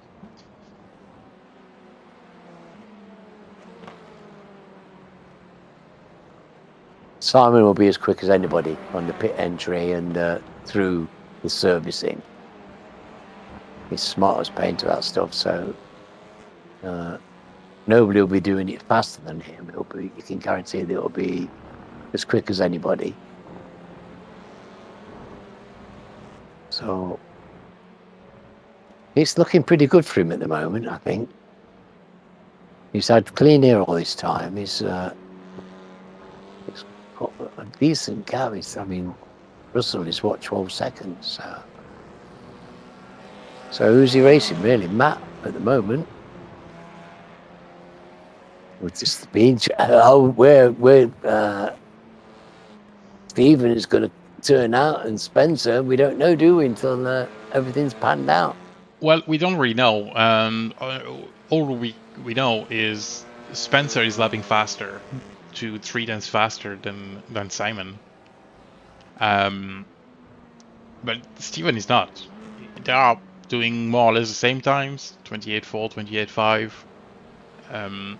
And Stephen was a bit further back on Simon. He had 6-7 seconds before the pits. So, and if he's still losing time right now on track, being alone, and Spencer being behind him, I don't see anybody that can take the fight up to Simon right now. Spencer just did the fastest lap again. Yeah. And Stephen went a tenth faster than Simon, but I don't think it's enough for them to catch up with him, because they had their battle. Stephen let Spencer through in turn 3 and 4. So all that together means Spencer slowdowns.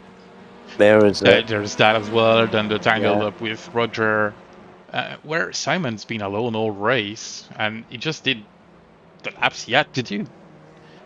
So it's gonna be very difficult for the other guys to take it up to Simon today, I think.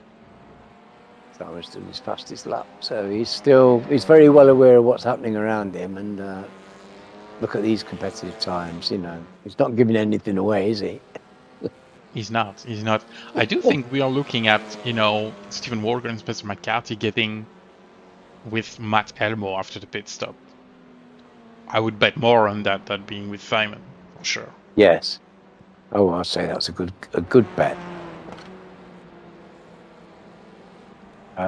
Yeah, I'm enjoying Russell and Stefan. Matt being there in the top 4. It's very nice. In the JV top 5 position. They might still get a good position after the pit stop. Again, as we said, the other ones got tangled up in incidents, fighting and all that, where Russell, Stefan got clean air. I think Stefan is a bit too far back, but Russell is still in a good position, depending on where he came out, because compared to Steven, Spencer, and even Jamie. But we're closing in on 40 minutes in the race, and we know Pinquito open at about 20 minutes.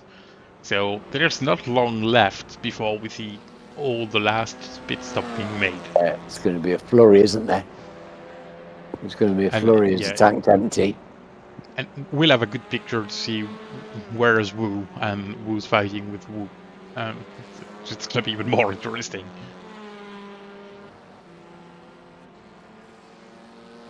I'm with you. I think Simon's, as soon as he got in front of Carl, it was his race to lose, I think. Been expecting a really good performance from him. And this was made to measure, really. It's really technical track. Very hard to pass. And fast jockey in front. So it's all laid there. It's let's face it, you know, Spencer and Stephen are doing their very, very best. They're driving the wheels off their cars. They are. Spencer's done another fastest lap in the low 28s. And it's really too close to call at the moment. It is.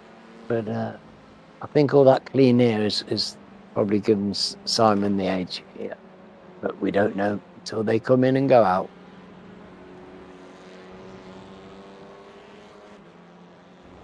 This might be the last lap on this tank of fuel for Simon.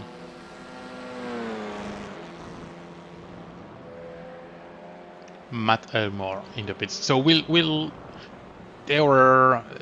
gap was like 7.3, I think, between Matt and Simon. So we'll see what it's like when Matt gets out and compared to Steven and Spencer. So where are they? After the hairpin?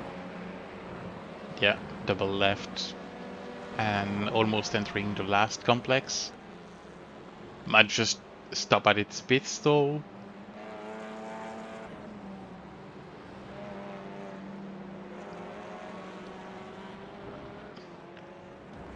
That's a long stop. That's a very long stop. 14.6 for Matt. And there's Steven and Spencer through. So yeah. I would say the gap between Steven and Simon corrected after the pit stop will be about 5 seconds. Well, so that's gonna be interesting because yes, that's close. That's close, but is it enough? I'm not sure.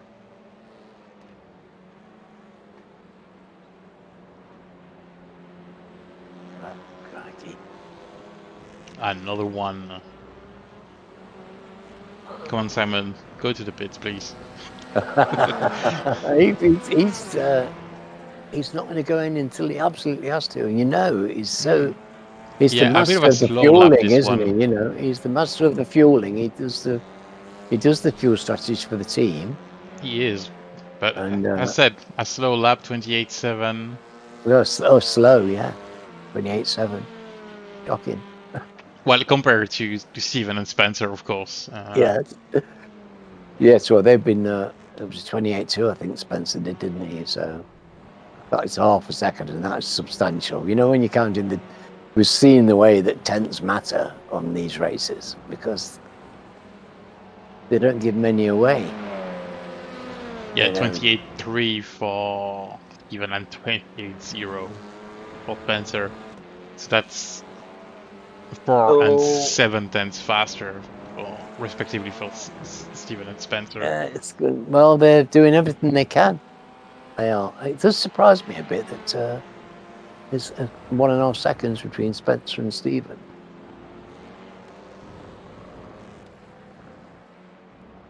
But yeah, I bet Simon's just calm as a cucumber in there. He's cool under pressure and he knows exactly what's happening. I bet he knows to the second how long he's got. Well, he's surely stretching that fuel tank the much he can. 28.6. Yeah, still a bit slow compared to Steven and Spencer. 4 tenths. It all counts up, you know. Might be looking at a gap of 3 to 4 seconds now after the pit stops. Well, you know, when they're that close, that really encourages people, doesn't it? You don't need to be encouraging people like Spencer and Stephen. They don't need any encouragement at all, do they? One good thing for Simon, though, is Spencer is really catching Stephen, and they're going to start battling again. Yes, well, so we lose time. I was surprised that the gap's been holding at 1.5 seconds. So it's coming down a bit now. He's knocked half a second off it. So if they do start scrapping, that's going to be manna from heaven for Simon. In very short order, they could throw the race away of any chances that they've got. Always assuming they've got a chance. Simon's running on pressure and high hopes.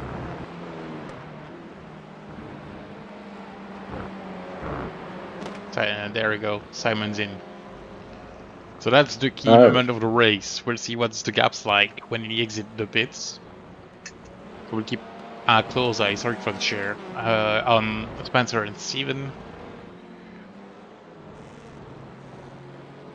They're gonna really battle together now.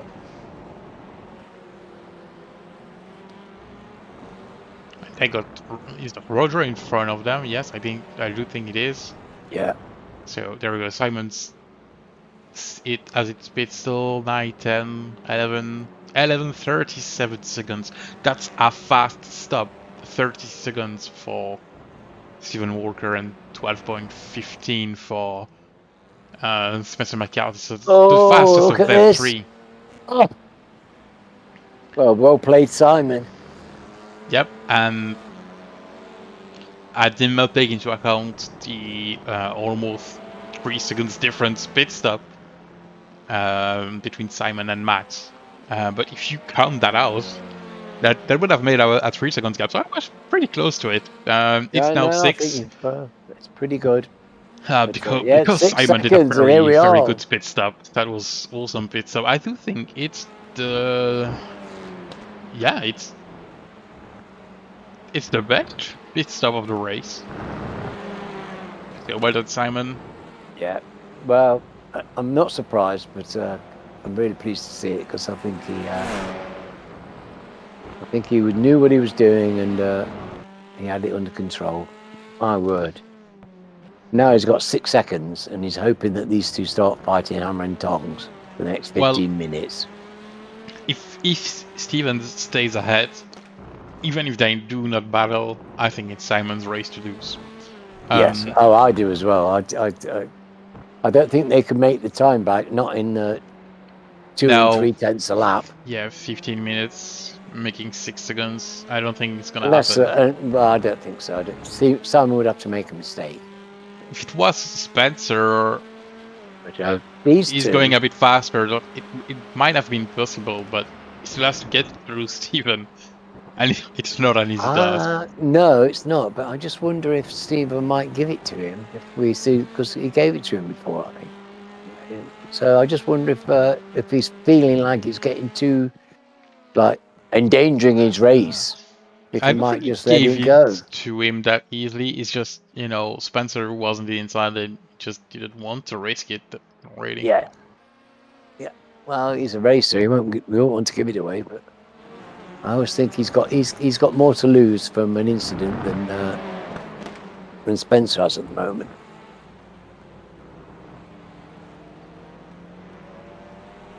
And that's scary.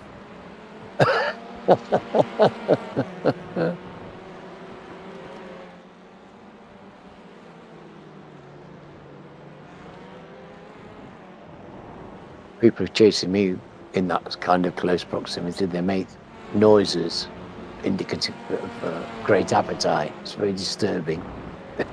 It's not very nice when somebody's behind you going.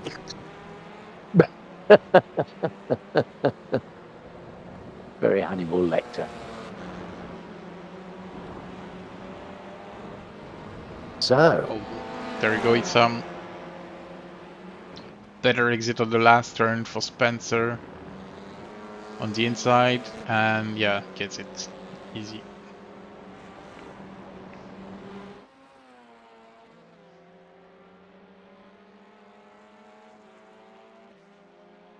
But they lost 6/10 in that battle. Yeah, he's gonna tuck in, and he'll either cruise home behind Spencer or wait for Spencer to have an off track. Let's hope he doesn't.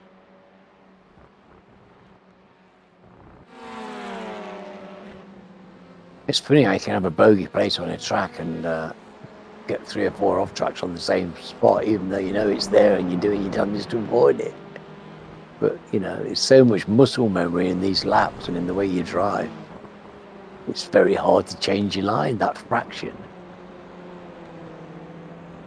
So, Carl and Stefan, are in a bit of a bunch up here. This is nice. This will be good fun for them. They'll be enjoying that. Stefan will be enjoying that, having a roustabout scrap with Carl. And they're chasing. Is it Russell? Yeah, they've got Russell just up the road. So let's look at the time there. See if it's 3 seconds at the moment. You never know. And Carl holds rejuvenated Stefan off. That's the question. He's going for it, but outside for turn 1. Oh, he can't do it this time, surely. Oh, is he? Oh, Oh, that's a big cut from Carl. I don't know. Might be a slowdown. Hey. I don't think he did. Oh, did he? I do think got he behind did. you? Oh, he did, yeah. Look He at sure that. did. There you go. You had to think about it. He was probably having a pie while he was thinking about it. Oh, and now he's sideways. Oh, no. Come on, that Captain. might be another one. Keep it on the road. It's more X's probably. What, that's that? At least 1x. And he cut the corner on the inside, so that might be a slowdown as well, but he probably reserved it because it was slower than he should have been in the corner. Well, look at Stefan. He's making hay. Well, Cole's having his car handling difficulties. Stefan's broke the toe and he's up the road.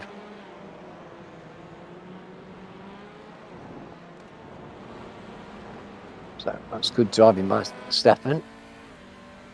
So Spencer can see Simon in front of him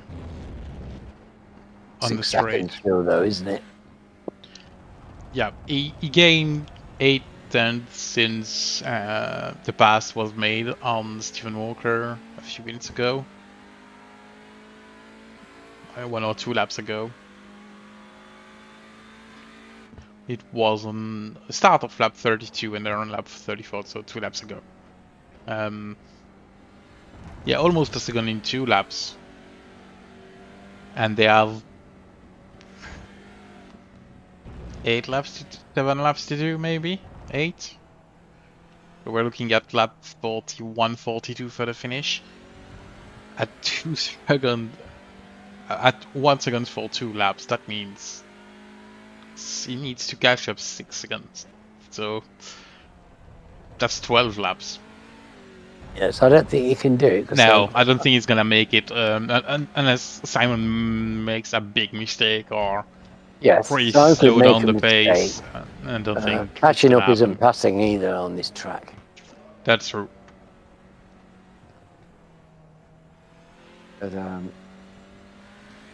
Spencer will be pulling out all the stops, trying to chase him. He'll love a situation like this. They will both be relishing this. It's great being chased by somebody, and it's great trying to keep the gap. And there's nothing more fun than chasing somebody, an out-and-out chase for a race win. It's every driver's delightful situation, really. And, you know, if the race was to run a bit longer, Spencer would have him, but I don't think he's quite going to manage it.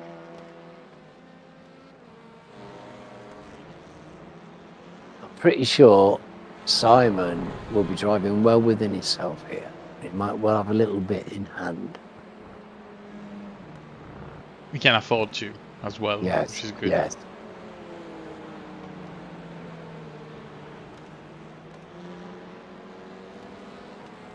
So I think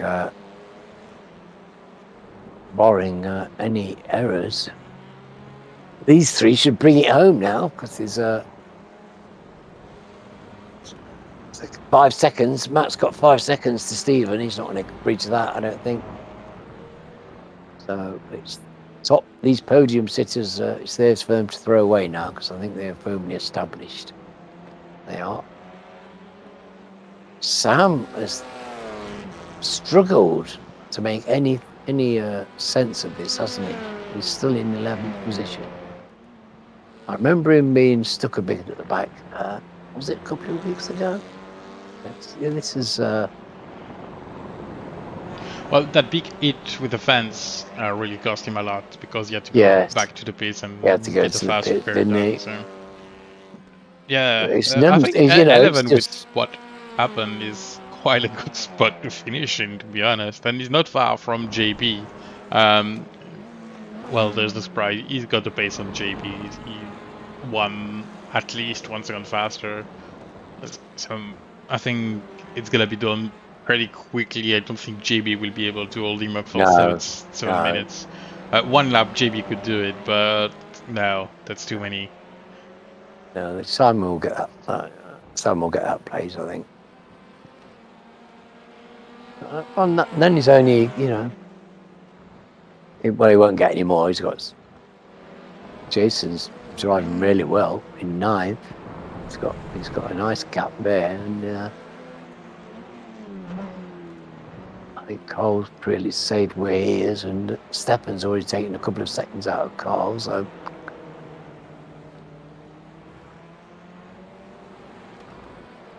Russell, he's got 5 seconds. Jamie's 6. They're all pretty spread out. There's some towards the end of the race, some gaps developed, hasn't it, in the top 10 now. It's I mean, they're not massive gaps, but they're a handful of seconds, and we're running out of time for people to make a difference now in this race. There's Sam comfortably past JB, and he'll be looking for Jason. And I don't think Jason will be worried. He's drove a really good race. His lap times aren't in the 28s at the moment. But there you go. There's Sam, and he's looking at the purple 127. Going for the extra points. Yeah, That's good for the it's standings. amazing, isn't it? Yeah, well, I think it's brilliant when you can, right, can't win the race, but I can still get the fastest lap. How amazing to have that kind of confidence in your driving skill. That's brilliant. Of course, you know, in the same breath, Spencer will be thinking the same.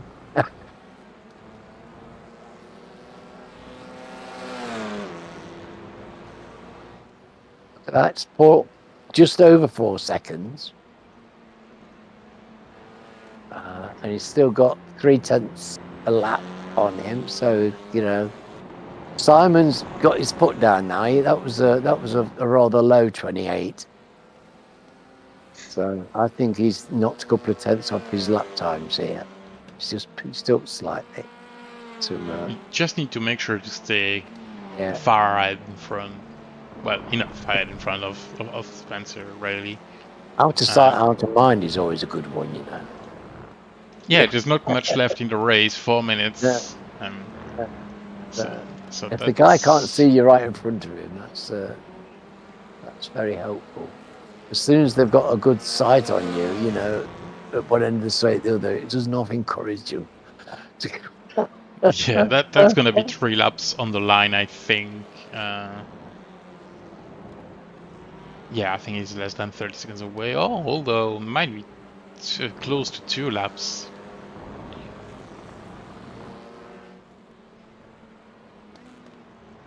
If he crosses the line with more than 3 minutes to go, it's definitely 3 laps. 3 laps, yeah. And I think it's just gonna be 3 laps. There you go, 3 laps to go. It's just great consistent driving by these guys. Look at this. Steven's done a 28.5, 28 ones, 28 fours, 28.6. Goodness me, there's nothing in it, is there? What driving this is. Amazing driving.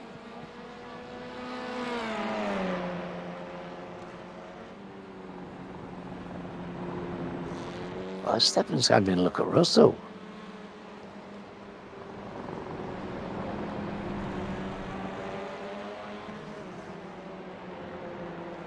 And Russell's been driving a really steady race. He has, but With 3 laps, you might be doing this. Well, we're still making his car wide, I expect. So let's see what happens. Can Stefan put pressure on and cause an error? If we got to slow down, we get past him. Wheel on the grass, anything like that? These drivers have had an hour and a half of competitive racing now. A little bit of fatigue and concentration. Oh, Spencer just kicked the fastest lap of the race. 7.9. Fantastic. Well, he's taking it off Sam.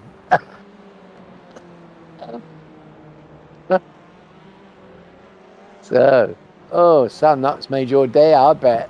Just lost your fastest lap, mate.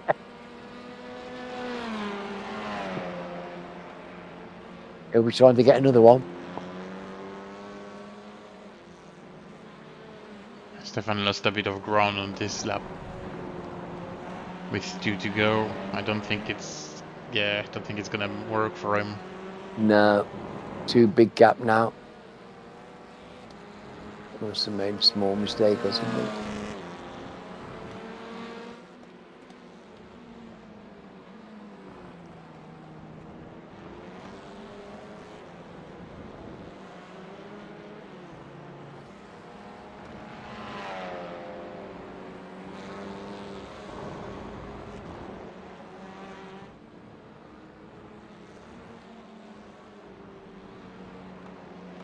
We've got to be thinking about driving today.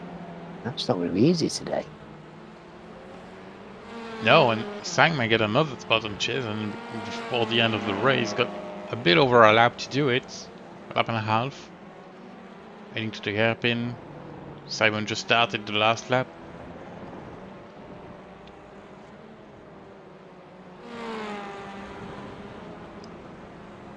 Ben's still chasing hard, isn't he? And Stephen is still going at it. It's only at 27.96 on the previous lap, so close to the fastest lap, but not enough. And now he's got a fight with Jason, so I'm not sure he will be able to do it on the last lap. Depends if Jason defends, he does, so that's a scrap for the fastest lap.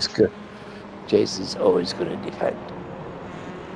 Oh, well, did he lose time there or not? I think you do. He didn't get the corner enough, so no. Yeah, I think he lost too much time to be able to do a fastest lap. What a great little battle between them two. 2 geodesic guys racing to fastest lap. That says quite a lot about their team, doesn't it? And I wonder if Spencer got another slowdown trying to catch up with Simon, 5 seconds back. Almost with Steven fighting Simon with him. Looked like he was slightly out of reach today. Yeah, it was just, well, there you go. There you go. Well done. Fantastic result. Yeah. A lot of flashy lights, a lot of happy drivers to see the finishing line, I bet.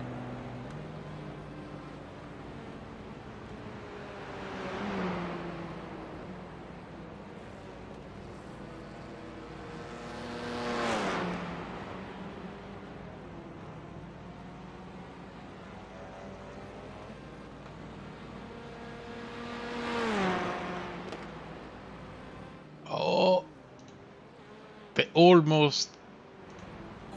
Did almost got Did Stefan run out of fuel, do you think? I do think so, yeah. Yeah. That was close. Indeed, let's try to catch that on board with Stefan.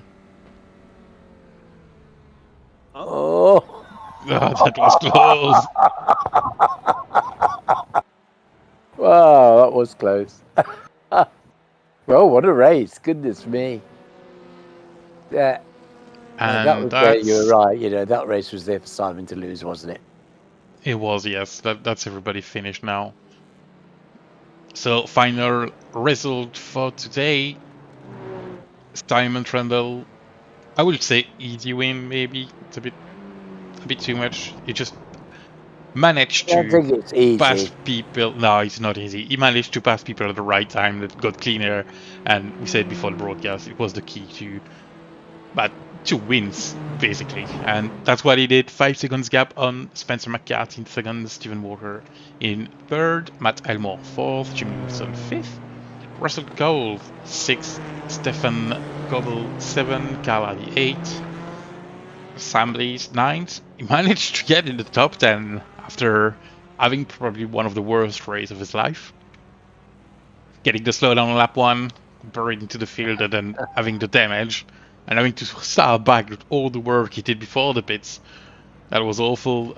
Then JB Lejeune 10, Matt Flannery 11, Tony Walker 12, Jason Morris. Did he lost a bit of spots at the end? Oh, what happened to Jason? What happened? Got 13. He lost a lap. And then Andrew Littler 14 and Roger Morton 15. I've got Jason Morris crashed there. We don't need the standings, thank you. So he's. Oh no! Oh goodness! That's after the checker, but it did not cross the line. Didn't cross the line. Oh, that's a shame. On the very last corner with the checkers waving. Oh, he's gutted. I bet he's gutted. Well, I bet he is. Alan. I was about to do a very good joke, saying there's nobody in the interview room. It's all time to close the broadcast, and none of us have to do the interviews. But we're done. There's no Sam and Spencer in the interview room, so we'll have to do it. I'm sorry. Oh, bring them in together. I don't know, because they're very different races, so I do think we're going to do them separately. They certainly did. Although that was an actually good idea, but yeah. How did it went? So Spencer won race 1 and finished second in race 2, so we're going to start with him. And are you okay to do it, Alan? Oh, no. Well, bring him in. Not this Stephen now. Okay, I'm gonna try, but I'm very bad at interviews. We can both do it. Well, we'll try our best. So, Spencer, welcome to the booth. Nice night of racing. Yes, it was hard work out there. It was a busy track. And how did it went for Mr. Slowdown up there? Did I get more slowdowns than everyone else? I don't know. Maybe. I think everybody together got less slowdown than you today. Yes. That's quite an achievement. It was all fine in the first race. I was sitting behind Sam in the first race, and I said to Sam, "I'm just going to sit here, Sam, because you'll get a slowdown some point soon." And he did, and I went past him. But in the second race, slowdowns were all mine. Yeah, we called it. And did you get one at the end of the race on the second to last lap or the last lap? Yeah. You did, of course. Yeah. See, of course. Yeah. It's a good job I had some good pace. Otherwise, I probably would have been shuffled to the back. Pace. Yeah, great pace. You and Sam both had great pace. The little fastest lap battle at the end was fantastic. I didn't realise he got it off me because I knew I got a 28.02, and I was like, "Oh, that seems quite safe late in the race." And then I got that chasing Simon. Obviously, my focus was bang on Simon, obviously, and I just got that 27.9, and I was like, "Oh, that's quicker than the first race, brilliant." And then Sam over the radio said, "Oh, thanks, mate." I was like, "Oh, sorry." Yeah, no, he'd done a purple 27. It was a fantastic lap, and then you just pipped him at the post. Yeah. Oh, it was amazing drive though, amazing pace, and I mean, this track just looked like a nightmare for passing. It looked. Yeah, it was hard. It was hard unless you had a really good overspeed. I mean, I think Steve was playing ball with me because he knew I had some pace, so I think he kind of almost let me go. Obviously, the second time, definitely around the last corner, he kind of went wide to let me up the inside. But then, kind of we had a battle into T1, but I think he was kind of trying to let me through. And then the first time, he kind of let me have the inside going down the hill there. So that's how I saw that, Spencer, as well. Yeah. Yeah, I haven't spoke to him about it yet, but yeah, I think yeah, it's fun. It's nice to be out with you guys again. It was nice to have, well, not being big-headed, but it was nice to have a good battle this time. Although I caused myself all the pain, it was nice to sort of try and charge through a bit more. But yeah, it was good. But it was so much. There was so much depending on the start of the race, wasn't there? It was a crucial start. Yeah. It was. But Sam got a slowdown before we even got going, hadn't he? Sam. Oh, Sam. Yeah. Yeah, and of course, Simon was as soon as he got in the front, that was hats off clean to air. him. Yeah, absolutely. Yeah. He did a fantastic drive. He got his head down. His lap times were really good as well. And I think, I came out, I was looking at how long it took me to stop, and it was sort of like 41 seconds because I've got it on sort of the JRT calculator thing. And so I thought 41 seconds, and I kept on looking at the gap to the leader, and it was kind of like, well, I think it was 45 seconds when Simon pitted. So he must have we did have a really good stop. He was almost a second quicker in the pits than I was. He was very fast. The fastest pit stop he did 11:37 seconds. 10. Yeah, very, very good. So I don't know if you noticed or not. As I was battling with Matt Elmore and Steve early in the race, I went around the outside of Matt, going up the hill from the, I don't know what turn is it? 4. Yep. So coming out of turn 4, and literally I must have just clipped wheels, and then all of a sudden it felt like my wheels were facing north and south. It was just like I had the dead zone of about 45 degrees in the middle. So I had to kind of then do the next lap before the pit window opened with a car that didn't know where it was going. I thought the wheel was going to fall off at one point. Yes, so you actually went in the pits for damage and not on. Well, yeah. strategy. So I think it was, and the weird thing was my fuel calculator. As soon as I'd done that, because you're kind of scrubbing down the straight because the front wheels are pointing in the wrong directions. My fuel calculator all of a sudden started thinking I was burning loads more fuel. So all of a sudden it was saying, now you need 18 litres, now you need 19 litres. And I was like, how many do I need? So I kind of remembered, I thought I needed about 17, but I just brimmed it. I think I went in and there was 23.5 litres left in the tank. So I just knew that it was 17 and a half. That was all I was going to get. And yeah, as I came out, I was a bit unsure as to what was going on. So I then got a slowdown when Stephen came out because I guess I was being distracted quite a bit. And then I thought, well, being behind Stephen's probably not bad, so I can save a bit of fuel just in case until my calculator sorted itself out. And it looked like I had just enough. So yeah, it was getting my head down again. Yeah. Well, the pace was fantastic. It was. It's great to watch you chasing. We love that. And, it was a busy race. It's probably the busiest race I've ever done, Alan. Too many things. Looking at all my screens, it was just crazy. Yeah. So we both like that then. You had a busy race, I had one as well. Thanks to our fantastic colleague Clyde and Pete. They owe us a big one, I think. Yes. Yeah. Lots of beers going your way. Yeah. Well, it's going to be the best broadcast BSTV I've ever done. So, all in all, it's good. Yeah. Now, you did a very good job, Spencer. That was, despite the slowdowns, and you will be called Mr. Slowdown now forever. Thank you. That was a really good race.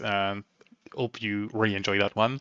Anybody you would like to thank before we move on to the next interview? Guys in the booth with me, JB, Matt, and Sam. Good fun. And obviously the rest of the BSTV guys. I think there was kind of decent gaps given tonight. I think I unfortunately had a bit of a contact with Roger, so apologies for that. I think we spoke about it in game, so I think it's all okay. But yeah, no, just to you guys as well. Thanks for showing up and putting the broadcast on. I'm sure I'll be enjoying your tones in the replay. Chaos, but thank you for the race, Spencer. That was lovely. Cheers, guys. Thank you. All right. Next, as we started with a winner, we'll continue with a winner and bring Simon into the booth. Simon, hello. Hello. Congratulations. Yeah, I owe Carl a pie. It's for holding everyone up at the start of that race. Well, we saw that was like, the essential. It was absolutely essential, wasn't it, at the start of the second race? And when you got into the front, and it was never going to be easy for anybody to get past Carl, and I thought straight away you were going to make A, and you got your foot down, didn't you, rapidly? I certainly tried. It's a tricky track, that one. I mean, I've done it in the V8, so I can't really say it's difficult in a TCR more than that. But yeah, I'm struggling for front end grip at the moment, and I think I found my problem. It's going to take some setup work to figure it out. But yeah, we're struggling on cold tires, so I was really difficult to start the races. What cost me race 1 to Matt, and yeah, tricky one. Well, technical circuit, very easy to get off tracks. People were making mistakes, you know, and frustratingly difficult to get by anybody. You really had to pull something out the bag, carry some overspeed from somewhere to get by anybody. But it was a fantastic drive by you in the second race. You just kept your concentration, got your head down, and you had to drive fast because, you know, the guys behind you were putting in fastest laps. And that caught. It must be you're sitting there and the guys are putting purple laps in, and you've got to keep your pace and you've got to keep your calm, and you do an exemplary job of that kind of thing. And then superb pit stop, you know, that was fantastic pit stop. It was. It's made a real difference to the race, I think. I don't know. I was coughing down the pit lane, running out of fuel. I risked the extra lap. Yeah, no, I got past Carl. I was desperately trying to find a rhythm, and it wasn't coming to me. Eventually, I sort of got something consistent rather than rapidly fast, and I stuck with that until it got to low fuel, and then it started to come alive again. And then in the second stint, yeah, I was able to keep a good, consistent pace, but I was still losing 2 temps, 3 temps, 4 temps to Sterling or anyone behind me. But by that point, they'd been held up enough or had enough of their own issues or slowdowns that it was just a case of managing the gap. So yeah, I'm lucky on that one. It was very boring, I suspect, from your perspective, because I was just out front doing my thing. But yeah, wow, you know, there's a lot of skill in that, and there's enjoyment for people that are fans to watch somebody performing like that, Simon. And I'm just delighted that you held on to your position and won the race. Yeah, thank you. I hope that it was more interesting behind. Well, there was, you know, as usual with these racing up and down the field, nobody goes home without having the chance to race somebody, do they? There's always great racing and great courtesy between the drivers as well. Yep, and before I forget, I need to say sorry to Matt for the first race as well, tapping him in the corner. I was trying to spook him more than actually get up the inside of him, but he, I had a bit more of a run than I was expecting. Anything else to say, Sam? Or are we? Do you want to? Have you got any thank yous or anything you'd like to shout out, Simon? Yep, to Carl for holding everyone up, to Matt for some great racing in the first race, Jamie for I don't know, something beating me in the first race. I suppose you can have that one, and you guys for the broadcast and the league. There we go. Well, I think that's a pleasure from us, and Jamie's well in my good books at the moment because he did such a great job for Team Chimera when you had your technical issues. So yeah, well done to both of you. Yep. Cheers. See you next week. Yeah, lovely. Yeah, Simon. All right, next one up. Crikey, where have they all come from, Sam? I don't know. It's amazing. But anyway, next one, second and third place. We're gonna get, if he's still there, yes, he is. Stephen Walker, welcome to the booth. How was that race? Stressful, to say the least. I don't know why you're saying that. It was okay. Mr. Slowdown in front of you got you everything you needed to do a good race. I know, but I was driving a little bit within myself because I was so worried about getting. It's so easy to do the slowdowns here, and obviously the off tracks as well. So I was like, if I can keep it clean, hopefully Sam will get the slowdowns. And I think I might have been one of the only people that didn't get a slowdown the entire 2 races, luckily, and it definitely worked in my favour. So I was just a little bit scared of cutting some of the corners that I know you can cut maybe a little bit more, so it's costing me a little bit of time, and I was driving a bit tight as well. It was quite a stressful race, if I'm honest. slowdowns on this track are very, very unpredictable Yeah, and very easy to exactly. pick. So yeah, you did a great job, finishing second in the first race and then third in the second one. It's not about race overall for the championship. It's good. Yeah, I just obviously when we were going through qualifying and practice, I could see how quick Spencer and Sam were, and I was like, I can't. Even when I was pushing, I couldn't go that fast. I had like a 0.2 or a 0.3 in me, but not very consistent because again, like I said, I didn't want to get the slowdowns. So I was like, well, if I just finish as close to them as possible in both races, particularly the second race is obviously the most important one. Because you're coming through the grid, you've got to be so careful. Like I nearly took out Carl a few times and it was a bit sketchy. So I saw everyone pitting behind me. So I was like, well, if I just pit with them, hopefully come out with them or still in front of them and not lose as much time because I just physically couldn't pass Carl in like a clean way, and obviously I don't want to nudge him off or get incident points I don't need. So, yeah, like that's what I mean by stress. So I was trying to think of Sure. keeping out everyone else was doing as well as what I was doing and not making any mistakes myself. It was kind of like just stay as close as possible. Hard track to pass, wasn't it? It's a very hard track to get by, especially when you've got drivers who are so close together on the clock. There's not really a lot of room for manoeuvre, is there?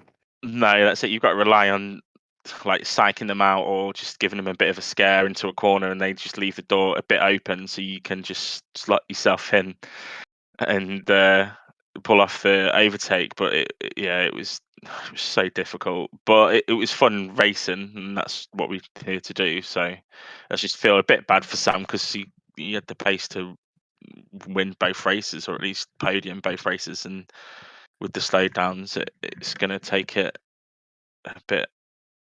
He's got to win both races basically next week.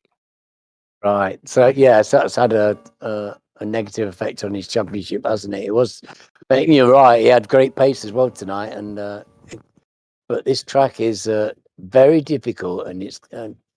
I hadn't realised quite how dangerous it was, but it's clearly got a fair old amount of danger attached to it. This place, so he did well, and good points for you this week. And yeah, I'm sorry he was stressed out.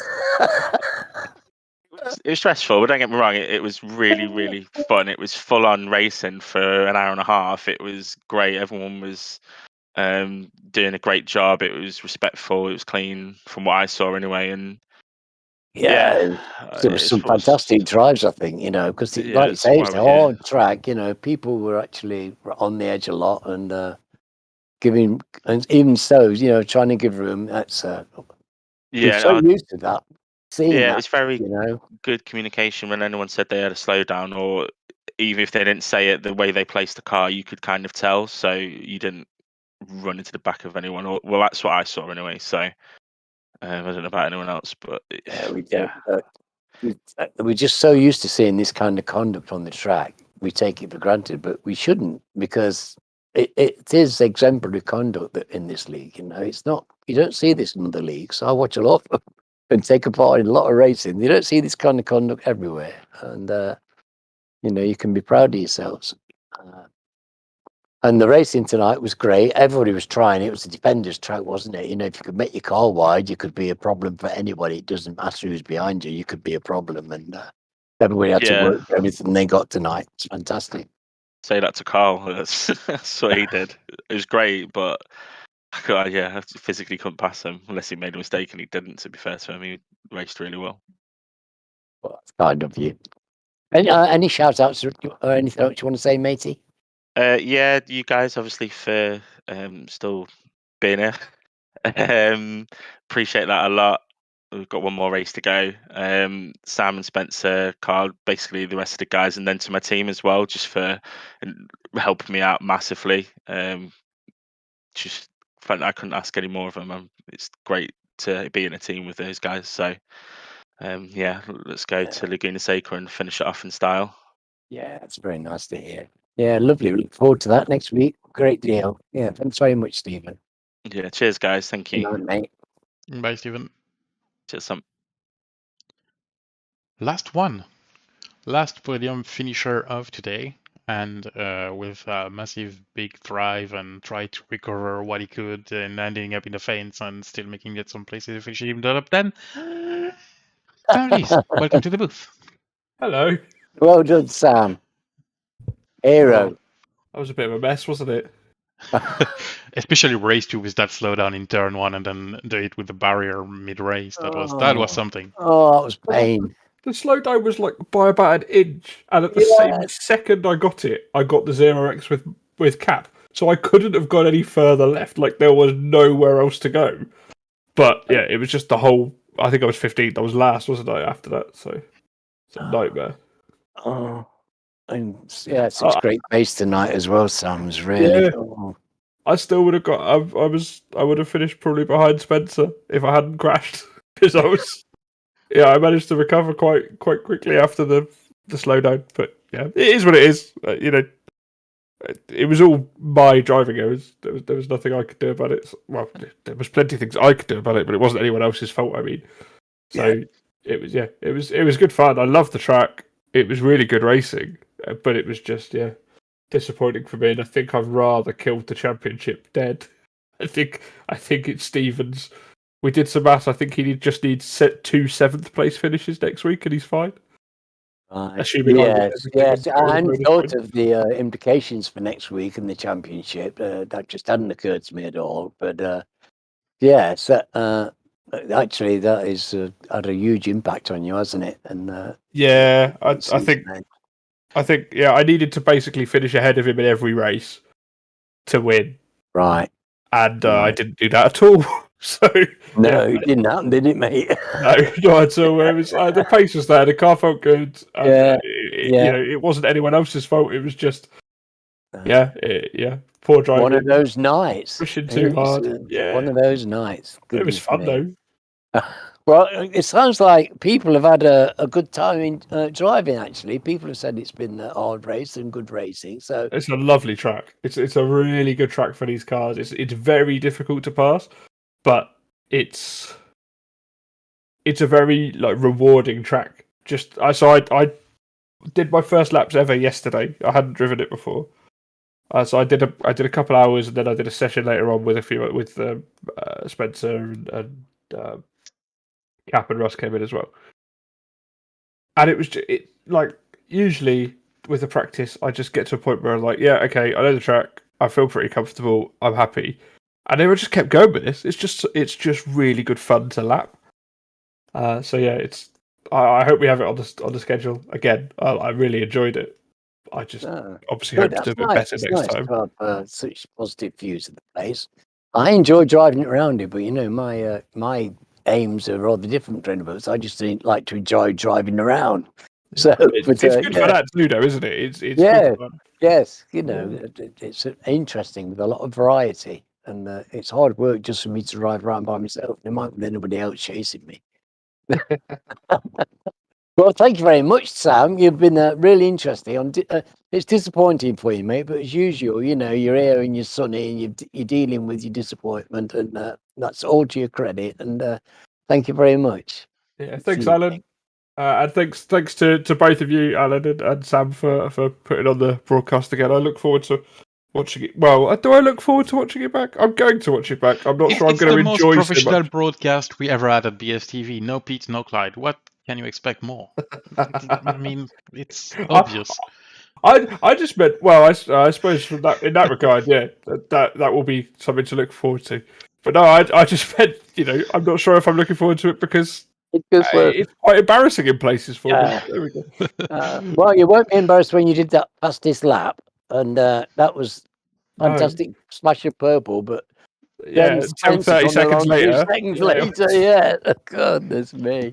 And we called almost all of the slowdown of Spencer, so you will be quite happy to see that.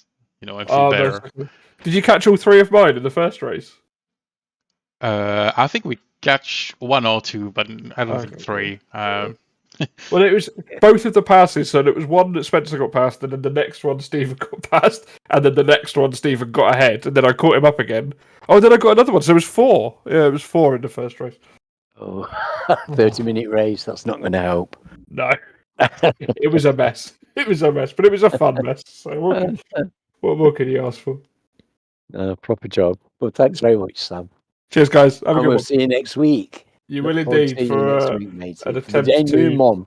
Yeah, can we make it so that whatever points I get is doubled, and then we might have a quite interesting championship battle? We'll talk about that after the broadcast of is ended, broadcast, Sam. yes. Yeah, fine, I have a okay. nice PayPal account that I will send to you and Yeah, see what we yeah. can do about that. You know the rules. Send me the details. Send me the price, and we'll make Alright. something happen. Not sure you can afford it though, but okay. I need. Is I it a need price per retirement. point? I need about 50, and then we're close. Yeah, it's about 10,000 per point. Yeah, Oh, euros at least. Euros. Right. Oh, well, there you go. Well, I need to deep dive into the code and do some magic stuff. So I that's could give you costly. Zimbabwean dollars, 10,000 Zimbabwean dollars. I could probably manage that. What's that? 1 and 6? No, not working with that. Oh, fine. All right, we're gonna go ahead sometimes. It's getting late, so we're gonna release you from this wonderful booth, and we'll see you next week. You will. Thanks, guys. Cheers. Night. Bye. All right, then. That's that time of the evening where I will first say what Jason Morris posted on the stream like 20 minutes ago before we started the interviews. Actually got a VR issue in the last corner. That's why he had an accident and couldn't finish the race. So that's awful. But there you go. We know what happened. Yeah.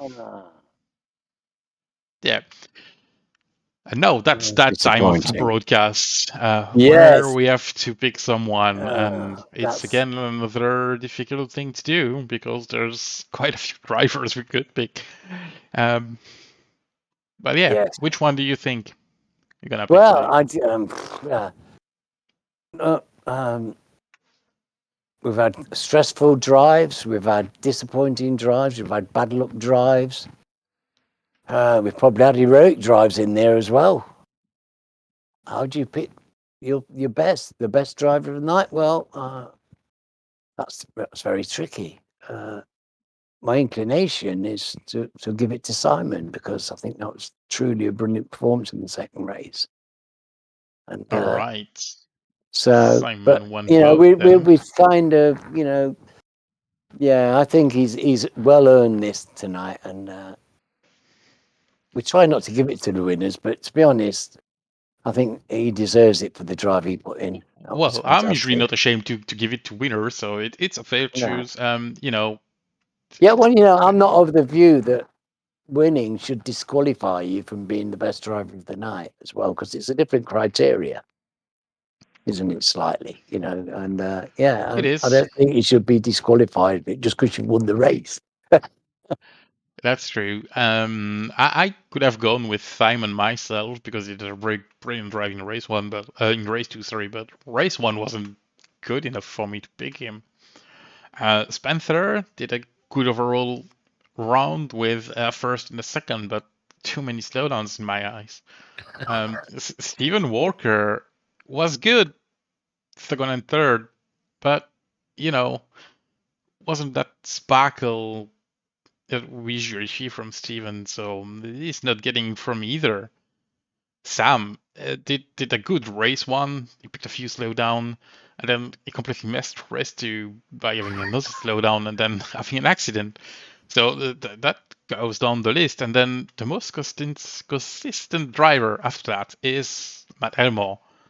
So I'm gonna pick Matt because of that, because he's the first one being consistent, and we haven't seen too many issues with him. I think it's the one that got the less issues from all the first four drivers, or five drivers. Yeah, I think it's a good shout because he was my second choice.